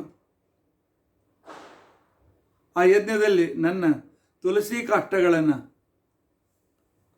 ಒಣಗಿದ ತುಳಸಿ ಕಾಷ್ಟಗಳನ್ನು ಸಮಿಧಾ ರೂಪದಲ್ಲಿ ಉಪಯೋಗಿಸಿ ಪುತ್ರಕಾಮೇಷ್ಟಿ ಯಜ್ಞವನ್ನು ಮಾಡು. ದಿನಾಲು ಪಂಚಪಕ್ವಾನಗಳಿಂದ ಬ್ರಾಹ್ಮಣರನ್ನು ಸಂತೋಷಪಡಿಸು. ಪಾಯಸದಿಂದ ಬ್ರಹ್ಮಚಾರಿಗಳಿಗೆ ಊಟಕ್ಕೆ ಹಾಕು. ಅದರಿಂದ ಸಂತುಷ್ಟನಾದ ಪರಮಾತ್ಮ ತಾನೇ ಸ್ವತಃ ನಿನ್ನಲ್ಲಿ ಅವತರಿಸ್ತಾನೆ. ಆಗಾಮಿ ಚೈತ್ರ ಮಾಸ ಅಂತೆ ಬರುವ ಚೈತ್ರ ಮಾಸ ನವಮಿ ದಿನ ನಿನಗೆ ಸಾಕ್ಷಾತ್ ಭಗವಂತನೇ ಮಗನಾಗಿ ಬರ್ತಾನೆ, ಚಿಂತೆ ಮಾಡಬೇಡ ಅಂತ ತಿಳ್ಕೊಂಡು ಅಂತ ಹೇಳಿದ್ದಾರೆ. ರಾಜನು ಪುತ್ರಕಾಮೇಷ್ಟಿ ಯಜ್ಞವನ್ನು ಮಾಡಿ ಬ್ರಹ್ಮಚಾರಿಗಳಿಗೆ ನೇತ್ರಗಳ ಪಾಯಸದಿಂದ ಸಂತೋಷಪಡಿಸಿದ್ದಾನೆ.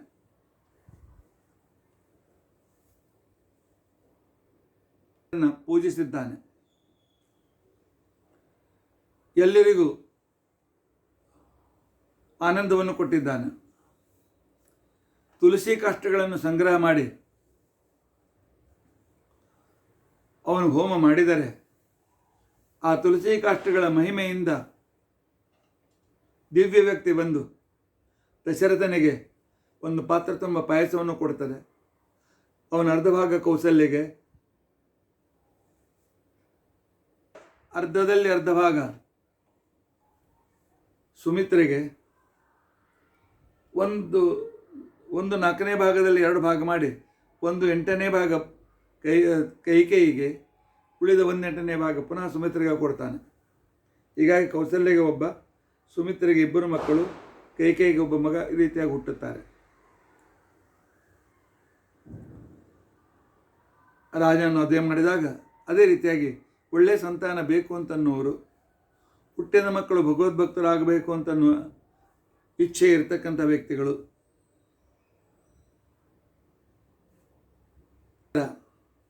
ಯಜ್ಞದಲ್ಲಿ ಬಂದ ದಿವ್ಯ ಪುರುಷ ಕೊಟ್ಟ ಪಾಯಸದಿಂದ 4 ಮಕ್ಕಳು ಹುಟ್ಟಿದ್ದಾರೆ. ಇರುವವರೆಗೂ ಸುಖ ಅನುಭವಿಸಿದ್ದಾನೆ. ಆ ನಂತರ ಉತ್ತಮ ಗತಿಯನ್ನು ಹೊಂದಿದ್ದಾನೆ. ಈ ರೀತಿಯಾಗಿ ತುಳಸಿ ಪೂಜೆಯನ್ನು ಮಾಡತಕ್ಕಂಥವರು, ತುಳಸಿ ಕಾಷ್ಟದಿಂದ ಹೋಮ ಹವನ ಮಾಡತಕ್ಕಂಥವರು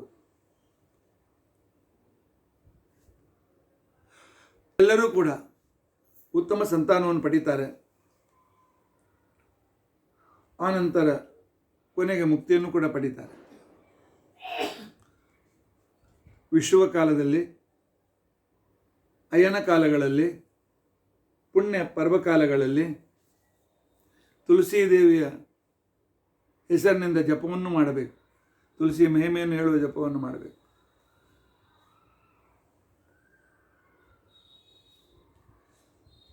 ಶಿವರಾತ್ರಿ, ಕೃಷ್ಣ ಜಯಂತಿ ದಿವಸ, ಶಿವರಾತ್ರಿ ದಿನ, ದ್ವಾದಶಿ ದಿನ, ಹರಿವಾಸರದ ದಿನ, ಮಹಾನವಮಿ ದಿನ, ರಾಮನವಮಿ ದಿನ, ಇನ್ನೂ ಅನೇಕ ಕಾಲದಂತಹ ವಿಶಿಷ್ಟ ಸಂದರ್ಭದಲ್ಲಿ ತುಳಸಿ ಪೂಜೆಯನ್ನು ಮಾಡ್ತಾ ಮಾಡ್ತಾ ದಶರಥ ಉತ್ತಮ ಗತಿಯನ್ನು ಹೊಂದಿದ್ದಾನೆ. ತುಳಸಿ ಪೂಜೆಯಿಂದ ವಿದ್ಯಾರ್ಥಿಗಳಿಗೆ ವಿದ್ಯೆ ಬರ್ತದೆ. ಧನ ಬೇಕು ಅಂತಕ್ಕಂಥವ್ರಿಗೆ ಹಣ ಸಿಗ್ತದೆ. ಕ್ಷತ್ರಿಯರಿಗೆ ಶತ್ರುಗಳ ಮೇಲೆ ವಿಜಯ ಸಿಗ್ತದೆ. ಅವರಿಗೆ ಜ್ಞಾನ ಸಿದ್ಧಿ ಆಗ್ತದೆ. ಇದರಲ್ಲಿ ಯಾವ ಸಂದೇಹವಿಲ್ಲ ಅಂತ ತಿಳ್ಕೊಂಡು ಅಂತ ಹೇಳಿ ಸೂತ ಸಂಹಿತಾದಲ್ಲಿ 8ನೇ ಅಧ್ಯಾಯದಲ್ಲಿ ತುಳಸಿ ಮಹಾತ್ಮೆಯನ್ನು ಈ ರೀತಿಯಾಗಿ ಹೇಳ್ತಾರೆ. ಏತ ಸ್ತೋತ್ರಂ ಪಠೇದ್ ದೇವ್ಯಾ ತುಳಸ್ಯಾ ಸನ್ನಿಧಾನತಃ. ಈ ಸೂತ ಸಂಹಿತೆಯಲ್ಲಿ ಬಂದ ತುಳಸಿ ಸ್ತೋತ್ರವನ್ನಾಗಲಿ ಅಥವಾ ಸಿಗುವ ತುಳಸಿ ಸ್ತೋತ್ರವನ್ನಾಗಲಿ ಯಾರು ಇದನ್ನು ಯಾವಾಗಲೂ ಪಠನ ಮಾಡ್ತಾ ಇರ್ತಾರೆ, ಆಯುರಾರೋಗ್ಯಾದಿಗಳು ಲಭಿತವಾಗಿ ಮದುವೆ ಮುಂದಾದ ಸಂದರ್ಭಗಳಾಗಿ ಉತ್ತಮ ಸಂತಾನವನ್ನು ಪಡಿತಾರೆ. ಇದನ್ನು ದಶರಥ ತೋರಿಸಿಕೊಟ್ಟಿದ್ದಾನೆ, ದಶರಥ ನಮಗೆ ತಿಳಿಸಿಕೊಟ್ಟಿದ್ದಾನೆ. ರೀತಿಯಾಗಿ ಪದ್ಮಪುರಾಣದಲ್ಲಿ ಮತ್ತು ಸೂತ ಸಂಹಿತಾದಲ್ಲಿ ಬಂದ ಮಹಿಮೆ, ಅದಂತೆ ಸ್ಕಂದ ಪುರಾಣದ ಪ್ರಭಾಸ ಖಂಡದಲ್ಲಿ ಒಂದು ತುಳಸಿಯ ಮಹಿಮೆ ಕಥೆ ಬಂದಿದೆ. ಅದನ್ನು ಹೇಳಿ ನಾನು ಉಪಸಂಹಾರ ಮಾಡ್ತೇನೆ. ತುಳಸಿ ಸ್ತೋತ್ರದ ಒಂದು ಶ್ಲೋಕ ಎಲ್ಲರಿಗೂ ಬರುವಂಥ ಶ್ಲೋಕ ಇದೆ, ಪ್ರಸಿದ್ಧ ಶ್ಲೋಕ ಇದೆ. ಯಾದೃಷ್ಟ ಅಖಿಲಾಗ ಸಂಘ ಶಮನಿ. ತುಳಸಿಯನ್ನು ನೋಡಿದ ಕ್ಷಣಕ್ಕೇನೆ ಎಲ್ಲ ಪಾಪಗಳು ಸುಟ್ಟು ಬೂದಿ ಆಗ್ತವಂತೆ. ಸ್ಪೃಷ್ಟ ವಪುಪ್ಪಾವನಿ. ಅದನ್ನು ಮುಟ್ಟಿದರೆ, ತುಳಸಿ ಗಿಡಕ್ಕೆ ಕೈ ಮುಟ್ಟಿದರೆ ನಾವು ಪವಿತ್ರ ಆಗ್ತೇವೆ. ರೋಗಾಣಾಂ ಅಭಿವಂದಿತ ನಿರಸನಿ. ತಾನೇ ಆ ತುಳಸಿಗೆ ನಮಸ್ಕಾರ ಮಾಡಿದರೆ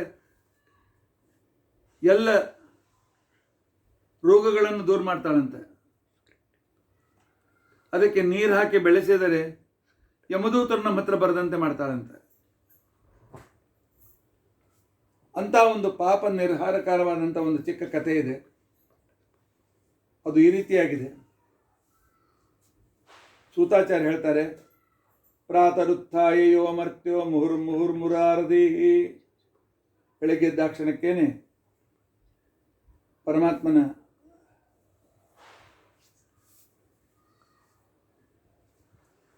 ಪ್ರಾತಸ್ಮರಣ, ಗಜೇಂದ್ರ ಮೋಕ್ಷ, ಅದ್ರ ಜೊತೆಗೆ ತುಳಸಿ ಸ್ತೋತ್ರವನ್ನು ಕೂಡ ತಪ್ಪದೆ ಹೇಳಬೇಕು. ಒಂದು ಕಥೆ ಈ ರೀತಿಯಾಗಿದೆ. ಪೌಂಡ್ರಕ ಅಂತಿಕೊಂಡಂತ ಹೆಸರಿನ ಒಬ್ಬ ಬೇಡರ ಬೈತ.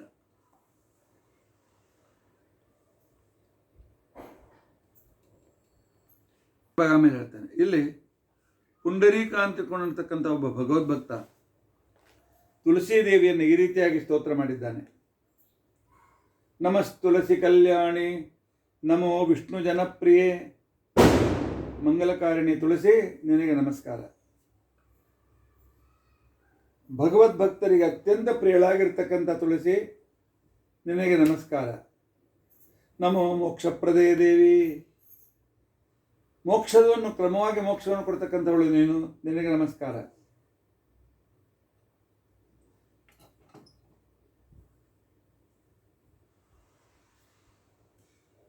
ಮಾಂ ನಿತ್ಯಂ, ಎಲೆ ತುಳಸಿದೇವಿ ನನ್ನನ್ನು ದಿನಾಲು ಸಂರಕ್ಷಣೆ ಮಾಡು. ತುಳಸಿದೇವಿ ನನ್ನ ಎಲ್ಲ ಸಂಕಟಗಳನ್ನು ದೂರ ಮಾಡು. ನಿನ್ನ ಗುಣಗಾನ ಮಾಡಿದ ಕ್ಷಣಕ್ಕೇನೆ ಅಥವಾ ನಿನ್ನ ಸ್ಮರಣೆ ಮಾಡಿದರೂ ಕೂಡ ಆ ವ್ಯಕ್ತಿಯನ್ನು ಪವಿತ್ರನಾಗಿ ಮಾಡ್ತಿ. ಅಂದಮೇಲೆ ನಿನ್ನನ್ನು ಪೂಜೆ ಮಾಡತಕ್ಕಂಥ ನನ್ನ ಉದ್ಧಾರ ಮಾಡೋದಿಲ್ವೇ? ನಮಾಮಿ ಶಿರಸಾಂ ದೇವೀಂ, ಎಲ್ಲ ಮರಗಳಲ್ಲಿ ಶ್ರೇಷ್ಠಳಾಗಿರ್ತಕ್ಕಂಥ ತುಳಸಿ ಮರ, ತುಳಸಿ ಗಿಡ.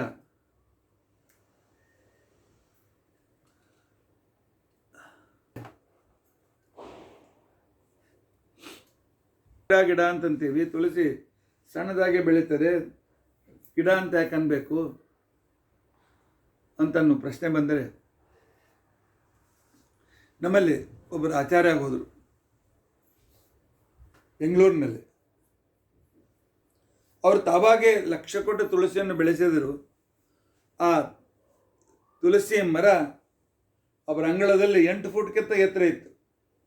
ಹೀಗೆ ಬೆಳೆದು ವಿಶಾಲವಾಗಿ ಬೆಳೆದಿತ್ತು. ನಾನು ಒಂದು ಸರ್ತಿ ಅವ್ರ ಮನೆಗೆ ಹೋಗಿದ್ದೆ. ಅವರು ನಮ್ಮ ಶಿಷ್ಯನ ಬೀಗರವರು.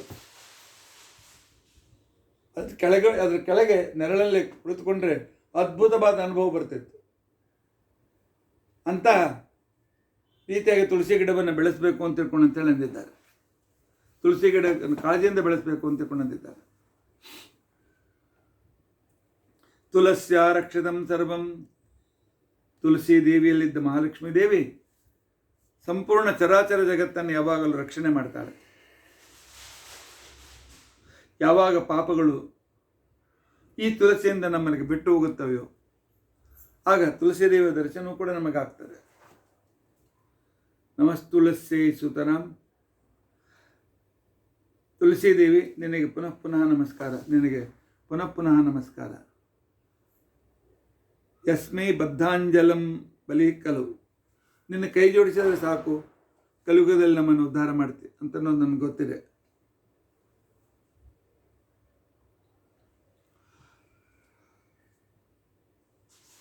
ತುಳಸ್ಯೈ ಸುತರಾಂ ಯಸ್ಸೈ ಬದ್ಧಾಂಜಲಿಂ ಕಲು. ತುಳಸಿದೇವಿ ನಿನಗೆ ಪುನಃ ಪುನಃ ನಮಸ್ಕಾರ. ಕಲಿಯುಗದಲ್ಲಿ ಯಾರು ನಿನಗೆ ನಮಸ್ಕಾರ ಮಾಡ್ತಾರೆ ಅವರ ಜೀವನ ಉದ್ಧಾರವಾದಂತೆ. ಅವರು ಬ್ರಾಹ್ಮಣರೇ ಆಗಿರಲಿ, ಬ್ರಾಹ್ಮಣೇತರಾಗಿರಲಿ, ಸ್ತ್ರೀಯರಾಗಿರಲಿ, ವೃದ್ಧರಾಗಿರಲಿ, ಶೂದ್ರರಾಗಿರಲಿ, ಯಾರಿದ್ದರೂ ಕೂಡ ಈ ಗುಡಿಯಲ್ಲಿ ಪ್ರವೇಶ ಇದೆ, ಪ್ರಾರ್ಥನೆ ಮಾಡಲಿಕ್ಕೆ ಬರ್ತದೆ, ಪ್ರಾರ್ಥನೆ ಮಾಡಲಿಕ್ಕೆ ಅನುಕೂಲ ಮಾಡಿಕೊಟ್ಟಿದ್ದಾರೆ. ವಲ್ಲಭಂ ವಿಷ್ಣು ಶಿರಸ್ಯಾರೋಪಿತಂ ಕಲು.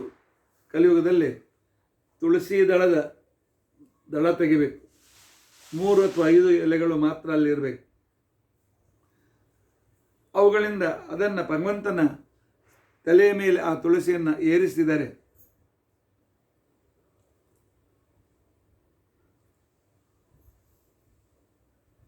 ಸರ್ವಾಣಿ ಪ್ರೇಯಾಂಶೆ ನರಹ ಉಪಲಭತೆ. ಅವನು ಬಯಸಿದ ಎಲ್ಲ ಸುಖಗಳನ್ನು, ಸಮೃದ್ಧಿಯನ್ನು ಪಡಿತಾನೆ ಅಂತೇಳಿ ಶಾಸ್ತ್ರ ಹೇಳ್ತಾ ಇದೆ. ತುಳಸ್ಯಾಂ ಸಕಲಾದೇವ ವಸಂತಿ ಸತತಂ ಯತಃ. ತುಳಸಿಯಲ್ಲಿ 4 ತಾಸು ವಿಶೇಷವಾಗಿರ್ತಕ್ಕಂತಹ ಎಲ್ಲ ದೇವತೆಗಳು ವಾಸ ಮಾಡಿದ್ದಾರೆ. ಆದ್ದರಿಂದಾಗಿ ಒಂದು ತುಳಸಿ ಪೂಜೆ ಮಾಡಿದರೆ 33 ಕೋಟಿ ದೇವತೆಗಳನ್ನು ಪೂಜೆ ಮಾಡಿದ ಪುಣ್ಯ ಸಿಗ್ತದೆ ಅಂತ ತಿಳ್ಕೊಂಡು ಅಂದಿದ್ದಾರೆ.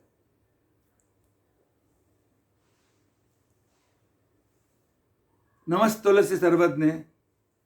ಅವಳ ಸ್ತೋತ್ರ ರೀತಿಗೆ ತುಳಸಿ ದೇವಿ ನಿನಗೆ ನಮಸ್ಕಾರ, ನೀನು ಸರ್ವಜ್ಞಳು ತುಳಸಿ ದೇವಿ. ತುಳಸಿ ಸರ್ವಜ್ಞೆ ಪುರುಷೋತ್ತಮ ವಲ್ಲಭೆ. ತುಳಸೀದೇವಿ ಸರ್ವಜ್ಞಳಾಗಿದೆಯಮ್ಮ, ನಿನಗೆ ನಮಸ್ಕಾರ. ಪುರುಷೋತ್ತಮನಾಗಿರ್ತಕ್ಕಂಥ ಶ್ರೀಹರಿಗೆ ಅತ್ಯಂತ ಬೇಕಾದಂಥವಳಾಗಿದ್ದಿ. ಪಾಹಿಮಾಂ ಸರ್ವ ಪಾಪೇಭ್ಯ. ಎಲ್ಲ ಪಾಪಗಳಿಂದ ನನ್ನನ್ನು ಮುಕ್ತನನ್ನಾಗಿ ಮಾಡು.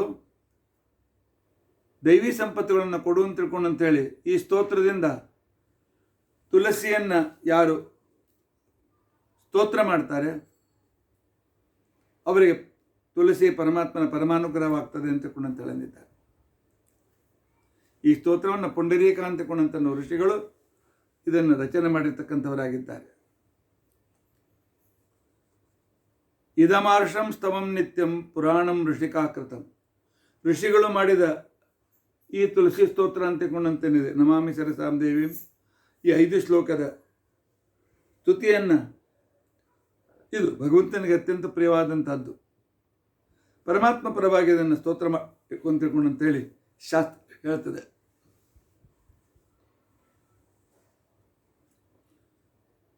ಇನ್ನು ತುಳಸಿಗೆ ಅನೇಕ ಹೆಸರುಗಳು.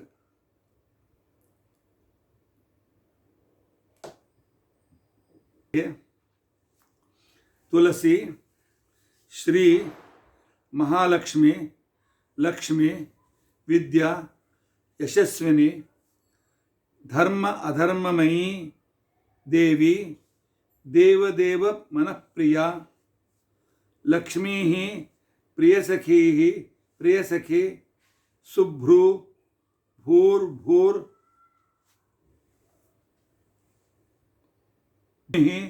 ಅಚಲ ಅಮಲ.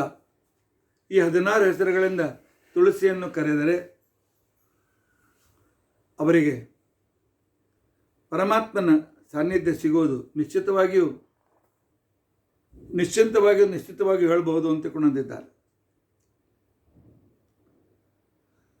ಯಾರು ಭಗವದ್ಭಕ್ತರಾಗಿ ಮುಕ್ತಿಯನ್ನು ಹೊಂದುತ್ತಾರೆಯೋ ಅಂಥ ಮುಕ್ತಿಯನ್ನು ತುಳಸಿ ಕಾಷ್ಟದಿಂದ ಮಾಡಿರ್ತಕ್ಕಂಥ ಮಾಲೆಯನ್ನು ಯಾವಾಗಲೂ ಕೊರಳಲ್ಲಿ ಧರಿಸಿದ್ದರೆ, ವನಮಾಲೆಯನ್ನು ಧರಿಸಿದರೆ ಬಹಳ ಪುಣ್ಯ ಬರ್ತದೆ ಅಂತ ಕೊಂಡಂದಿದ್ದಾರೆ. ಮನುಷ್ಯನು ಈ ಶರೀರ ಬಿಟ್ಟ ಮೇಲೆ ಅವನ ಬಾಯಲ್ಲಿ ಸ್ವಲ್ಪ ಒಂದು ತುಳಸಿ ದಳ ಇದ್ದರೆ ಸಾಕು, ಅವನ ಸಮೀಪದಲ್ಲಿ ಒಂದು ತುಳಸಿ ವೃಂದಾವನ ಇದ್ದರೆ ಸಾಕು. ಅಂತಹ ವ್ಯಕ್ತಿಗಳು ಉತ್ತಮವಾದ ಗತಿಯನ್ನು ಹೊಂದಿ ಉತ್ತಮವಾದ ರೀತಿಯಲ್ಲಿ ಜನ್ಮವನ್ನು ತಾಳ್ತಾರೆ.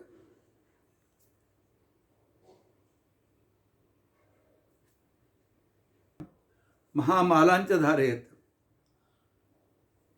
ಪುರುಷರು, ವಿಧವೆಯರು ತುಳಸಿ ಕಾಷ್ಟದ ಮಾಲೆಯನ್ನು ತಪ್ಪದೆ ಹಾಕಿಕೊಳ್ಳಬೇಕು ಅಂತಂದಿದ್ದಾರೆ. ಸಮ್ಮಿಶ್ರಂ ಧಾರೆ ನಿತ್ಯಂ ಲಕ್ಷ್ಮೀಂ ಭೂಮಿತ ವಿಂದತಿ. ಕೆಲವು ಸಲ ತುಳಸಿ ಮಣಿ, ಆನಂತರ ಕಮಲದ ಬೀಜದ ಮಣಿ ಇತ್ಯಾದಿಗಳನ್ನು ಸೇರಿಸಿ ಒಂದು ಮಣಿಯನ್ನು ಮಾಡಿ ಶ್ರೀಭೂ ದುರ್ಗಾ ಸನ್ನಿಧಾನ ಇದರಲ್ಲಿ ಇದೆ ಅಂತ ತಿಳ್ಕೊಂಡಂತೆ ಅನುಸಂಧಾನ ಮಾಡಿದರೆ ಅವನಿಗೆ ಸಂಪತ್ತಿಯೂ ಕೂಡ ಸಿಗ್ತದೆ, ಒಳ್ಳೆ ಭೂಮಿಯ ಮಾಲೀಕನೂ ಆಗ್ತಾನೆ.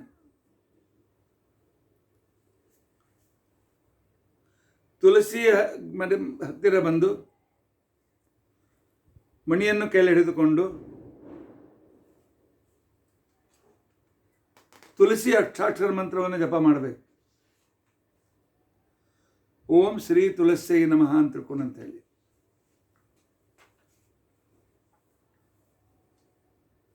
ಸ್ತೋತ್ರವನ್ನು ಹೇಳಬೇಕು, ಲಕ್ಷ್ಮೀ ಸ್ತೋತ್ರ ಹೇಳಬೇಕು, ಭೂಮಿ ಸ್ತೋತ್ರ ಹೇಳಬೇಕು, ಗೌರಿ ಸ್ತೋತ್ರ ಹೇಳಬೇಕು, ದುರ್ಗಾ ಸ್ತೋತ್ರ ಹೇಳಬೇಕು, ಸರಸ್ವತಿ ಸ್ತೋತ್ರ ಹೇಳಬೇಕು, ಗಾಯತ್ರಿ ಸ್ತೋತ್ರ ಹೇಳಬೇಕು, ಅಘೋರ ಸ್ತೋತ್ರ ಹೇಳಬೇಕು, ಶೈವನಾಗಬೇಕು,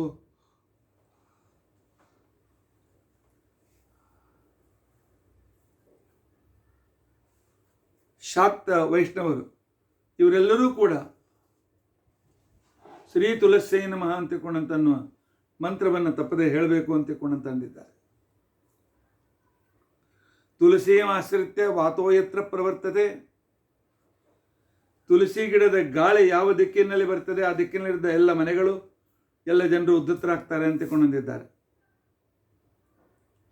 ತುಳಸಿ ವೈಶಿಷ್ಟ್ಯತೆಗೋಸ್ಕರ ಒಂದು ಚಿಕ್ಕ ಕಥೆ.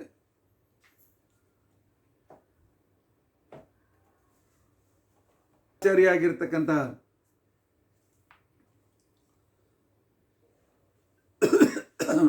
ಒಬ್ಬ ಬೇಡವನಿದ್ದ, ಪೌಂಡ್ರಕ ಅಂತ ತಿಳ್ಕೊಂಡಂತ ಹೇಳಿ. ನೂರಾರು ಪಶುಗಳನ್ನು ಕೊಲ್ತಿದ್ದ ದಿನ ಪ್ರತಿದಿನವೂ.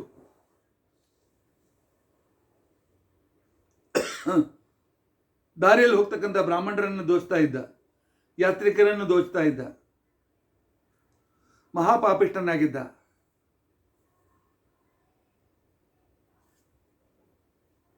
ಅಡ್ಡಮಟ್ಟು ಯಾತ್ರಿಕರನ್ನು ದೋಚ್ತಾ ಇದ್ದ. ಕೆಲವು ಸಲ ಪಶುಗಳನ್ನು ಕೊಂದು ಹಸಿ ಮಾಂಸವನ್ನು ತಿನ್ನುತ್ತಾ ಇದ್ದ.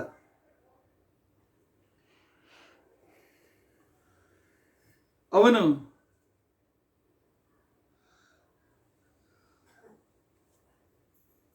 ಈ ಪಾಪದಿಂದ ಒಂದ್ಸಲ ಬರಗಾಲ ಬಿದ್ದಿದೆ. ಬರಗಾಲ ಬಿದ್ದಿರತಕ್ಕಂತಹ ಸಂದರ್ಭದಲ್ಲಿ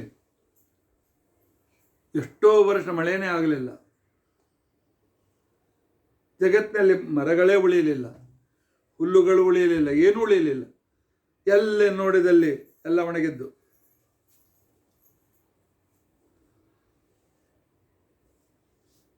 ಮನುಷ್ಯನಿಂದ ಹೀನವಾಯಿತು. ಒಂದಿನ ಹಸಿವೆ ಆಯಿತು, ಯಾವ ಆಹಾರವೂ ಸಿಗಲಿಲ್ಲ. ಮನೆಗೆ ಬಂದ.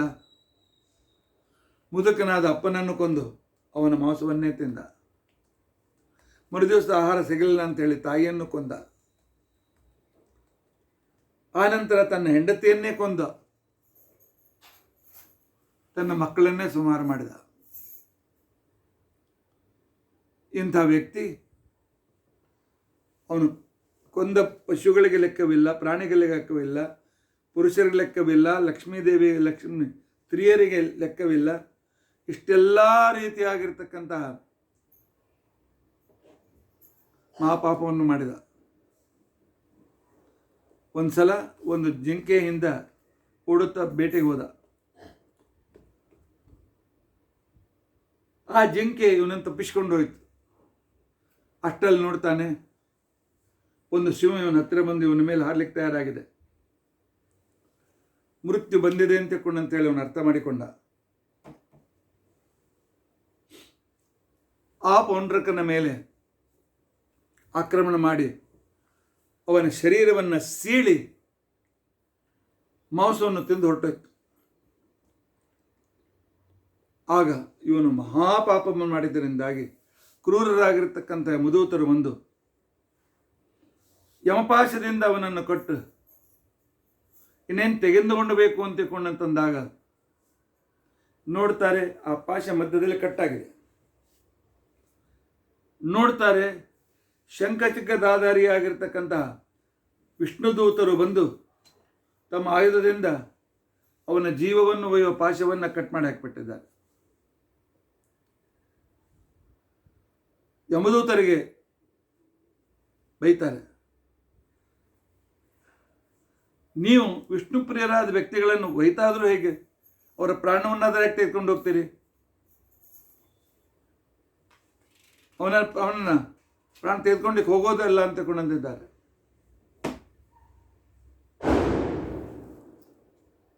ಇವನನ್ನ ಕರೆದುಕೊಂಡು ಹೋಗೋದಕ್ಕೋಸ್ಕರ, ಪೌಂಡ್ರಕನನ್ನು ಕರೆದುಕೊಂಡು ಹೋಗೋದಕ್ಕೋಸ್ಕರ ಯಮದೂತರು ಬಂದಾಗ ಅದನ್ನು ಅಡ್ಡ ಮಾಡಿರ್ತಕ್ಕಂಥ ವಿಷ್ಣುದೂತರ ಮಧ್ಯದಲ್ಲಿ ಆಗ ಯುದ್ಧವಾಯಿತು.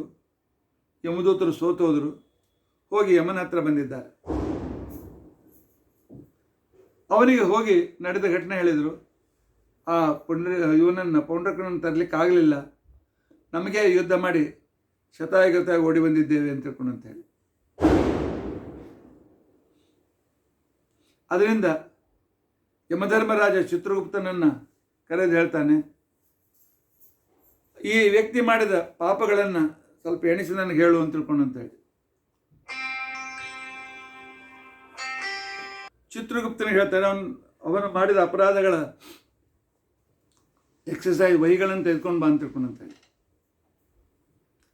ಆಗ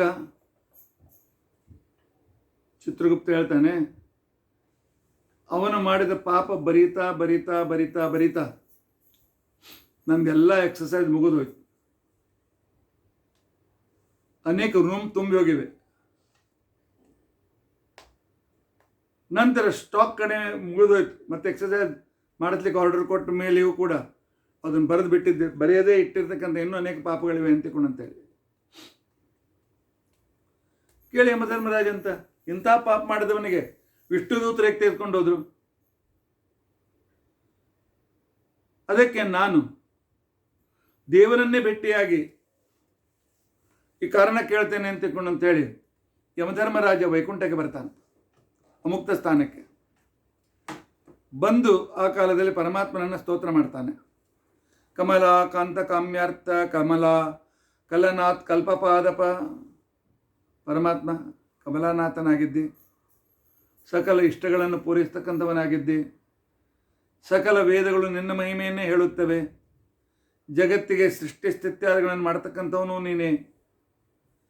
ಪರಮಾತ್ಮ ಮೇಘಶ್ಯಾಮ ವರ್ಣನಾಗಿರ್ತಕ್ಕಂಥ ಕಲ್ಪವೃಕ್ಷವನ್ನು ಮೀರಿರ್ತಕ್ಕಂಥ ವ್ಯಕ್ತಿ, ಸರ್ವಭೂತ ಪ್ರಿಯ, ನಿನಗೆ ನಮಸ್ಕಾರ. ಪರಮಾತ್ಮ ಜಗತ್ತಿನಲ್ಲಿ ಅಣೋರಣೀಯಾನ್ ಮಹತ್ವಮಹಿಯನ್ನಾಗಿ ಎಲ್ಲರಿಗೂ ಪಾಲಕನಾಗಿರ್ತಕ್ಕಂಥವ್ನು ನೀನೆ. ನಿನ್ನ ಶರಣಕ್ಕೆ ಬಂದಿದ್ದೇನೆ, ನನ್ನ ಕರುಣೆಯಿಂದ ನನ್ನ ಕಡೆಗೆ ನೋಡು, ನನ್ನ ಸಮಸ್ಯೆಯನ್ನು ದೂರ ಮಾಡು ಅಂತ ತಿಳ್ಕೊಂಡಂತೇಳಿ ಅಂದಿದಾಗ ಆ ಕಾಲಕ್ಕೆ ಪರಮಾತ್ಮ ಸಂತುಷ್ಟನಾಗಿ ಆಯ್ತಪ್ಪ ಏನು ಪ್ರಶ್ನೆ ಇದೆ ಕೇಳು ಅಂತ ತಿಳ್ಕೊಂಡಂದ ಆ ಕ್ಷಣಕ್ಕೆ ನಾನು ಹೇಳ್ತಾನೆ, ಪರಮಾತ್ಮ ನೀನು ನನಗೆ ಮನನ್ನಾಗಿ ಯಮಲೋಕದ ಮೇಲೆ ರಾಜನನ್ನಾಗಿ ಕೂಡಿಸಿದೆ. ದುಷ್ಟರು ಮಾಡಿದ ದುಷ್ಟತನಕ್ಕೆ ದಂಡನೆಯನ್ನು ಕೊಡ್ತಾ ಸಜ್ಜನರನ್ನು ಪುಣ್ಯಲೋಕಕ್ಕೆ ಕಳಿಸ್ತಾ ನಿನ್ನ ಕರ್ತವ್ಯವನ್ನು ನಿರ್ವಹಿಸುವಂತ ತಿಳ್ಕೊಂಡಂತ ಹೇಳಿದೆ. ಆದರೆ ಇವತ್ತೊಂದು ವಿಚಿತ್ರ ಘಟನೆ ನಡೆದಿದೆ. ಯಾವನ ಪಾಪಗಳನ್ನು ಬರೆದಿಡಲಿಕ್ಕೆ ಸಾಧ್ಯವಿಲ್ಲವೋ ಅಂತ ತಂದೆ ತಾಯಿ ಹೆಂಡತಿ ಮಕ್ಕಳು ಬಂಧು ಬಾಂಧವರನ್ನು ಕೊಂದು ಅವರ ರಕ್ತವನ್ನು ಕುಡಿದು ಅವರ ಮಾಂಸವನ್ನು ತಿಂದಿರ್ತಕ್ಕಂಥ ಒಬ್ಬ ವ್ಯಕ್ತಿಯನ್ನು ಕರೆದುಕೊಳ್ಳೋದಕ್ಕೋಸ್ಕರ ನನ್ನ ದೂತರು ಹೋಗಿದ್ದರು. ಆದರೆ ನಿನ್ನ ದೂತರು ಬಂದವರನ್ನು ಬಿಡಿಸಿದ್ದಾರೆ, ಒಳ್ಳೆಯ ಲೋಕಕ್ಕೆ ಕರೆದುಕೊಂಡು ಬಂದಿದ್ದಾರೆ. ಇಂತಹ ಪಾಪಿಯನ್ನು ನೀನು ಏಕಕ್ಕೆ ನಿನ್ನ ಲೋಕಕ್ಕೆ ಕರೆಸಿಕೊಂಡೆ ಪರಮಾತ್ಮ, ಅದರ ರಹಸ್ಯ ಏನು ಅಂತ ಹೇಳಿ ಕೇಳಿದಾಗ ಆ ಕಾಲದಲ್ಲಿ ಪರಮಾತ್ಮ ಹೇಳ್ತಾನೆ, ಶೃಣುಷ್ವ ಸಂಪ್ರಭಕ್ಷ್ಯಾಮಿ ವೈವಸ್ವತ ಮಹಾಬಲ. ಯಮಧರ್ಮರಾಜ ಕೇಳು, ಈ ಬೇಡರವನಾಗಿ ಹುಟ್ಟಿದ ಪೌಂಡ್ರಕ ಮಹಾಪಾಪಿ, ಇದರಲ್ಲಿ ಯಾವ ಸಂದೇಹವಿಲ್ಲ. ಅವನು ಮಾಡಿದ ಪಾಪ ಎಣಸ್ಲಿಕ್ಕೂ ಕೂಡ ಆಗೋದಿಲ್ಲ, ಅಷ್ಟು ವಿಶಾಲವಾದ ಪಾಪಗಳಿವೆ. ಆದರೂ ಕೂಡ ಇವನಿಗೆ ಪುಣ್ಯ ಸಿಕ್ಕಿತು. ಯಾಕೆ ಅಂತ ತಿಳ್ಕೊಂಡಂತಂದರೆ, ಅಂತ್ಯಕಾಲೇ ವಿಚೇಷ್ಟಂತಂ ಏನಂ ದುಷ್ಕೃತ ಕಾರಣಂ ತುಳಸಿ ಕಾನನೋತ್ಪನ್ನ ಪವಮಾನ ಪ್ರಪೇದಿವಾನ್. ಇವನು ಅನೇಕ ಪಾಪಗಳನ್ನು ಮಾಡಿದ್ದರೂ ಕೂಡ ಕೊನೆ ಕಾಲಕ್ಕೆ ಒಂದು ಪುಣ್ಯವನ್ನು ಕರ್ಮ ಮಾಡಿದ ಅವನ್ನೆಲ್ಲ ಪಾಪಗಳು ಮಾಫಾದವು.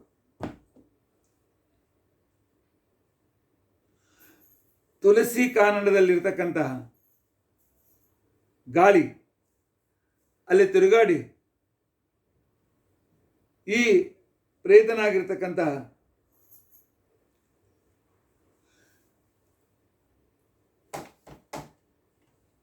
ಅಂತ್ಯಕಾಲ ಬಂತು, ಸಿಂಹ ಇವನನ್ನು ಸೆಳೆ ಹಾಕ್ತು.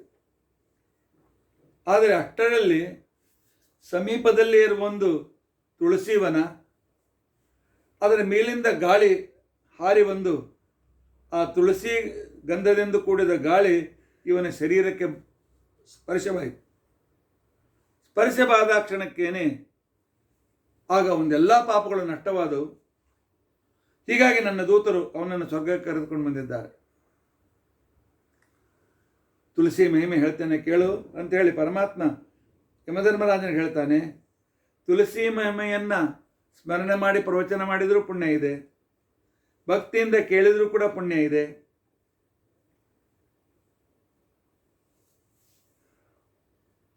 ತುಳಸಿಯ ಗಾಳಿ ಬೀಸ್ತದೆಯೋ, ಆ ಗಾಳಿ ಯಾರ್ಯಾರನ್ನ ಸ್ಪರ್ಶ ಮಾಡ್ತದೆಯೋ ಅವರೆಲ್ಲ ಪಾಪಗಳು ದೂರವಾಗ್ತದೆ. ಅದಕ್ಕೆ ಮನೆ ಮುಂದೆ ದೀಪ ತುಳಸಿ ಗಿಡವನ್ನು ಕಟ್ತಕ್ಕಂಥ ಒಂದು ಸಂದರ್ಭ. ಮಾನುಷಂ ದುರ್ಲಭಂ ಪ್ರಾಪ್ಯ, ಮನುಷ್ಯ ದುರ್ಲಭವಾದ ಮನುಷ್ಯವನ್ನು ತಿಂದು ಮನುಷ್ಯನ ಪಡೆದು ತುಳಸಿದಲ ಸಹಿತವಾದಂಥ ನೈವೇದ್ಯವಾದ ಅನ್ನವನ್ನು ದುರ್ಲಭವಾದ ಮನುಷ್ಯ ಜನ್ಮ ಬಂದು ಯಾರು ತುಳಸಿ ಸೇವೆಯನ್ನು ಮಾಡ್ತಾರೆ ಅವರಿಗೆ ಯಮಲೋಕ ದರ್ಶನ ಮಾಡುವ ಪ್ರಸಂಗ ಬರೋದಿಲ್ಲ. ತುಳಸಿಯ ಗಾಳಿ ಅವರ ಮೇಲೆ ಬಿದ್ದರೂ ಕೂಡ ಅವನ ಪಾಪಗಳು ಹೊರಟೋಗ್ತದೆ. ತುಳಸಿ ಸ್ಮರಣೆಯುಕ್ತಂ ತುಳಸಿ ಪತ್ರ ಪ್ರಭಕ್ಷಕಂ. ತುಳಸಿ ಸ್ಮರಣ ಮಾಡುವ ದಿನಾಲು ತೀರ್ಥದಲ್ಲಿ ಅನ್ನದ ಮೇಲೆ ತುಳಸಿ ದಳವನ್ನು ಸ್ವೀಕಾರ ಮಾಡಿ ಕಿವಿ ಮೇಲೆ ಶಿಖಾದಲ್ಲಿ ತುಳಸಿ ದಳವನ್ನು ಧರಿಸ್ತಕ್ಕಂಥ ವ್ಯಕ್ತಿ ಮಹಾಪುಣ್ಯ ಅಂತ ಅಂದುಕೊಂಡು ಅನಿಸ್ಕೊಳ್ತಾನೆ. ಜನ್ಮ ಪ್ರಭೃತಿಯ ಪಾಪಂ ಕರೋತಿ ಶತಪುಮಾನ್ ತುಳಸಿ ವಾಯು ಸಂಸ್ಪೃಷ್ಟ ಸಯಾತಿ ಮಮ ಸನ್ನಿಧಂ. ಅವನು ಜನ್ಮದಿಂದ ಎಷ್ಟೇ ಪಾಪಗಳನ್ನು ಮಾಡಿದರೂ ಕೂಡ, ಆದರೆ ಒಂದು ತುಳಸಿ ದಳದ ಗಾಳಿಯನ್ನು ಅವನು ಸೇವಿಸಿದರೆ ಸಾಕು, ಅವನು ಎಲ್ಲ ಪಾಪ ಹೊರಟು ಅವನು ಪುಣ್ಯವಂತನಾಗ್ತಾನೆ.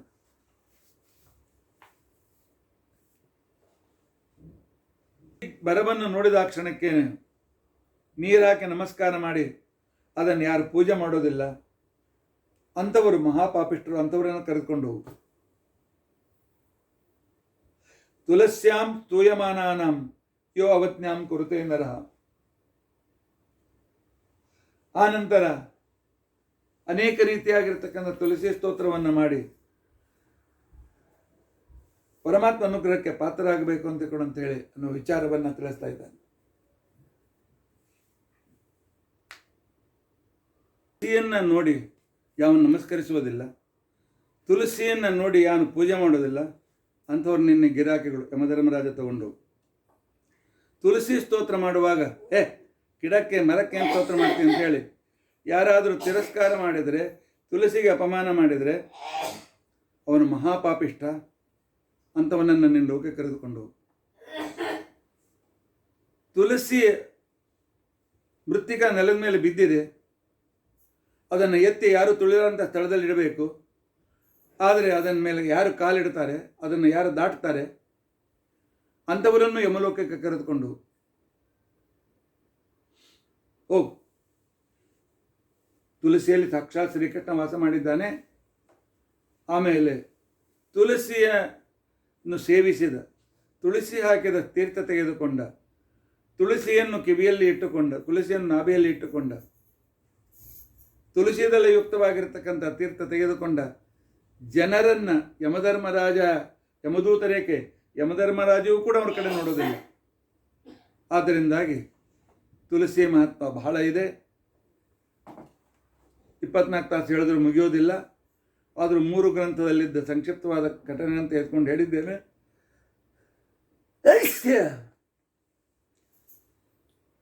ತುಳಸಿ ಮರದ ಗಾಳಿಯಿಂದ ದೇವಲೋಕಕ್ಕೆ ಹೋಗಿರ್ತಕ್ಕಂಥ ವ್ಯಕ್ತಿ, ತುಳಸಿ ಮರದ ಗಾಳಿಯಿಂದ ಯಮದೂತರಿಂದ ಮುಕ್ತನಾದಂಥ ವ್ಯಕ್ತಿ, ಅಂಥ ವ್ಯಕ್ತಿಗಳು ಇರುವಾಗ ತುಳಸಿ ಸೇವೆಯಿಂದ ಮಕ್ಕಳನ್ನು ಪಡೆದ ದಶರಥ ತುಳಸಿ ಮಹಿಮೆಯನ್ನು ವ್ಯಕ್ತಪಡಿಸ್ತಾರೆ. ಯಥಾಶಕ್ತಿ ತಪ್ಪದೆ ತುಳಸಿ ಪೂಜಾ ಹೆಂಗಸರು ಮಾಡಲಿ ಅಂತೇಳಿ ಗಂಡಸರು ತಿರಸ್ಕಾರ ಮಾಡಬಾರ್ದು. ತಾವು ಪೂಜೆ ಮುಗಿದ ಮೇಲೆ ತುಳಸಿ ಗಿಡ ಇಟ್ಟುಕೊಂಡು ತರಿಸಿ ಸಣ್ಣದಿದ್ದರೆ ಇಲ್ಲಿ ತುಳಸಿ ಹತ್ರ ಹೋಗಿ ರಮಾ ನೈವೇದ್ಯ ಆದಮೇಲೆ ತುಳಸಿ ಮೊದಲಾಗಿರ್ತಕ್ಕಂಥ ನೈವೇದ್ಯ ತೋರಿಸಿ ದಿನಾಲು ಗಂಡಸರು ತುಳಸಿ ಪೂಜೆ ಮಾಡಲೇಬೇಕು, ಹೆಂಗಸರಂತೂ ಮಾಡಲೇಬೇಕು. ಆಗ ಇಬ್ಬರು ದೀರ್ಘಾಯುಗಳಾಗ್ತಾರೆ, ಪರಮಾತ್ಮ ಅನುಗ್ರಹಕ್ಕೆ ಪಾತ್ರರಾಗ್ತಾರೆ. ಇದಿಷ್ಟು ತುಳಸಿ ಬಗ್ಗೆ ಇರತಕ್ಕಂಥ ಒಂದು ವೈಶಿಷ್ಟ್ಯ. ಸ್ವಲ್ಪ ಪರಿಶ್ರಮದಿಂದಾಗಿ ಮಧ್ಯ ಮಧ್ಯದಲ್ಲಿ ಪ್ರವಚನದಲ್ಲಿ ಕಟ್ಟಾಗಿರ್ಬೋದು. ಆದರೆ ತುಳಸಿ ಮಹಿಮೆಯನ್ನು ಯಥಾಶಕ್ತಿ ನಾವು ತಿಳಿದುಕೊಂಡು ನಮ್ಮ ಜೀವನದಲ್ಲಿ ಉದ್ಧತರಾಗೋಣ. ಶ್ರೀಕೃಷ್ಣಾರ್ಪಣಮಸ್ತು. ಶ್ರೀಕೃಷ್ಣಾರ್ಪಣ. ಅಕ್ಷಯಂ ಕರ್ಮ ಯಸ್ಮಿನ್ ಪರೇ ಸ್ವರ್ಪಿತಂ ಪ್ರಕ್ಷಯಂ ಯಾಂತಿ ದುಃಖಾನಿ ಅನ್ನಾಮತಃ ಅಕ್ಷರೋ ಯೋಜರ ಸರ್ವದೇವಾಮೃತ ಕುಕ್ಷಿಗಂ ಯಸ್ತ ವಿಶ್ವಂ ಸದಾ ಜಾಧಿಕಂ ಪ್ರೀಣಯಾಮೋ ವಾಸುದೇವಂ ದೇವತಾ ಮಂಡಲ ಖಂಡಮಂಡನಂ. ಶ್ರೀಕೃಷ್ಣಾರ್ಪಣಮಸ್ತು. ಶ್ರೀಕೃಷ್ಣಾರ್ಪಣಮಸ್ತು.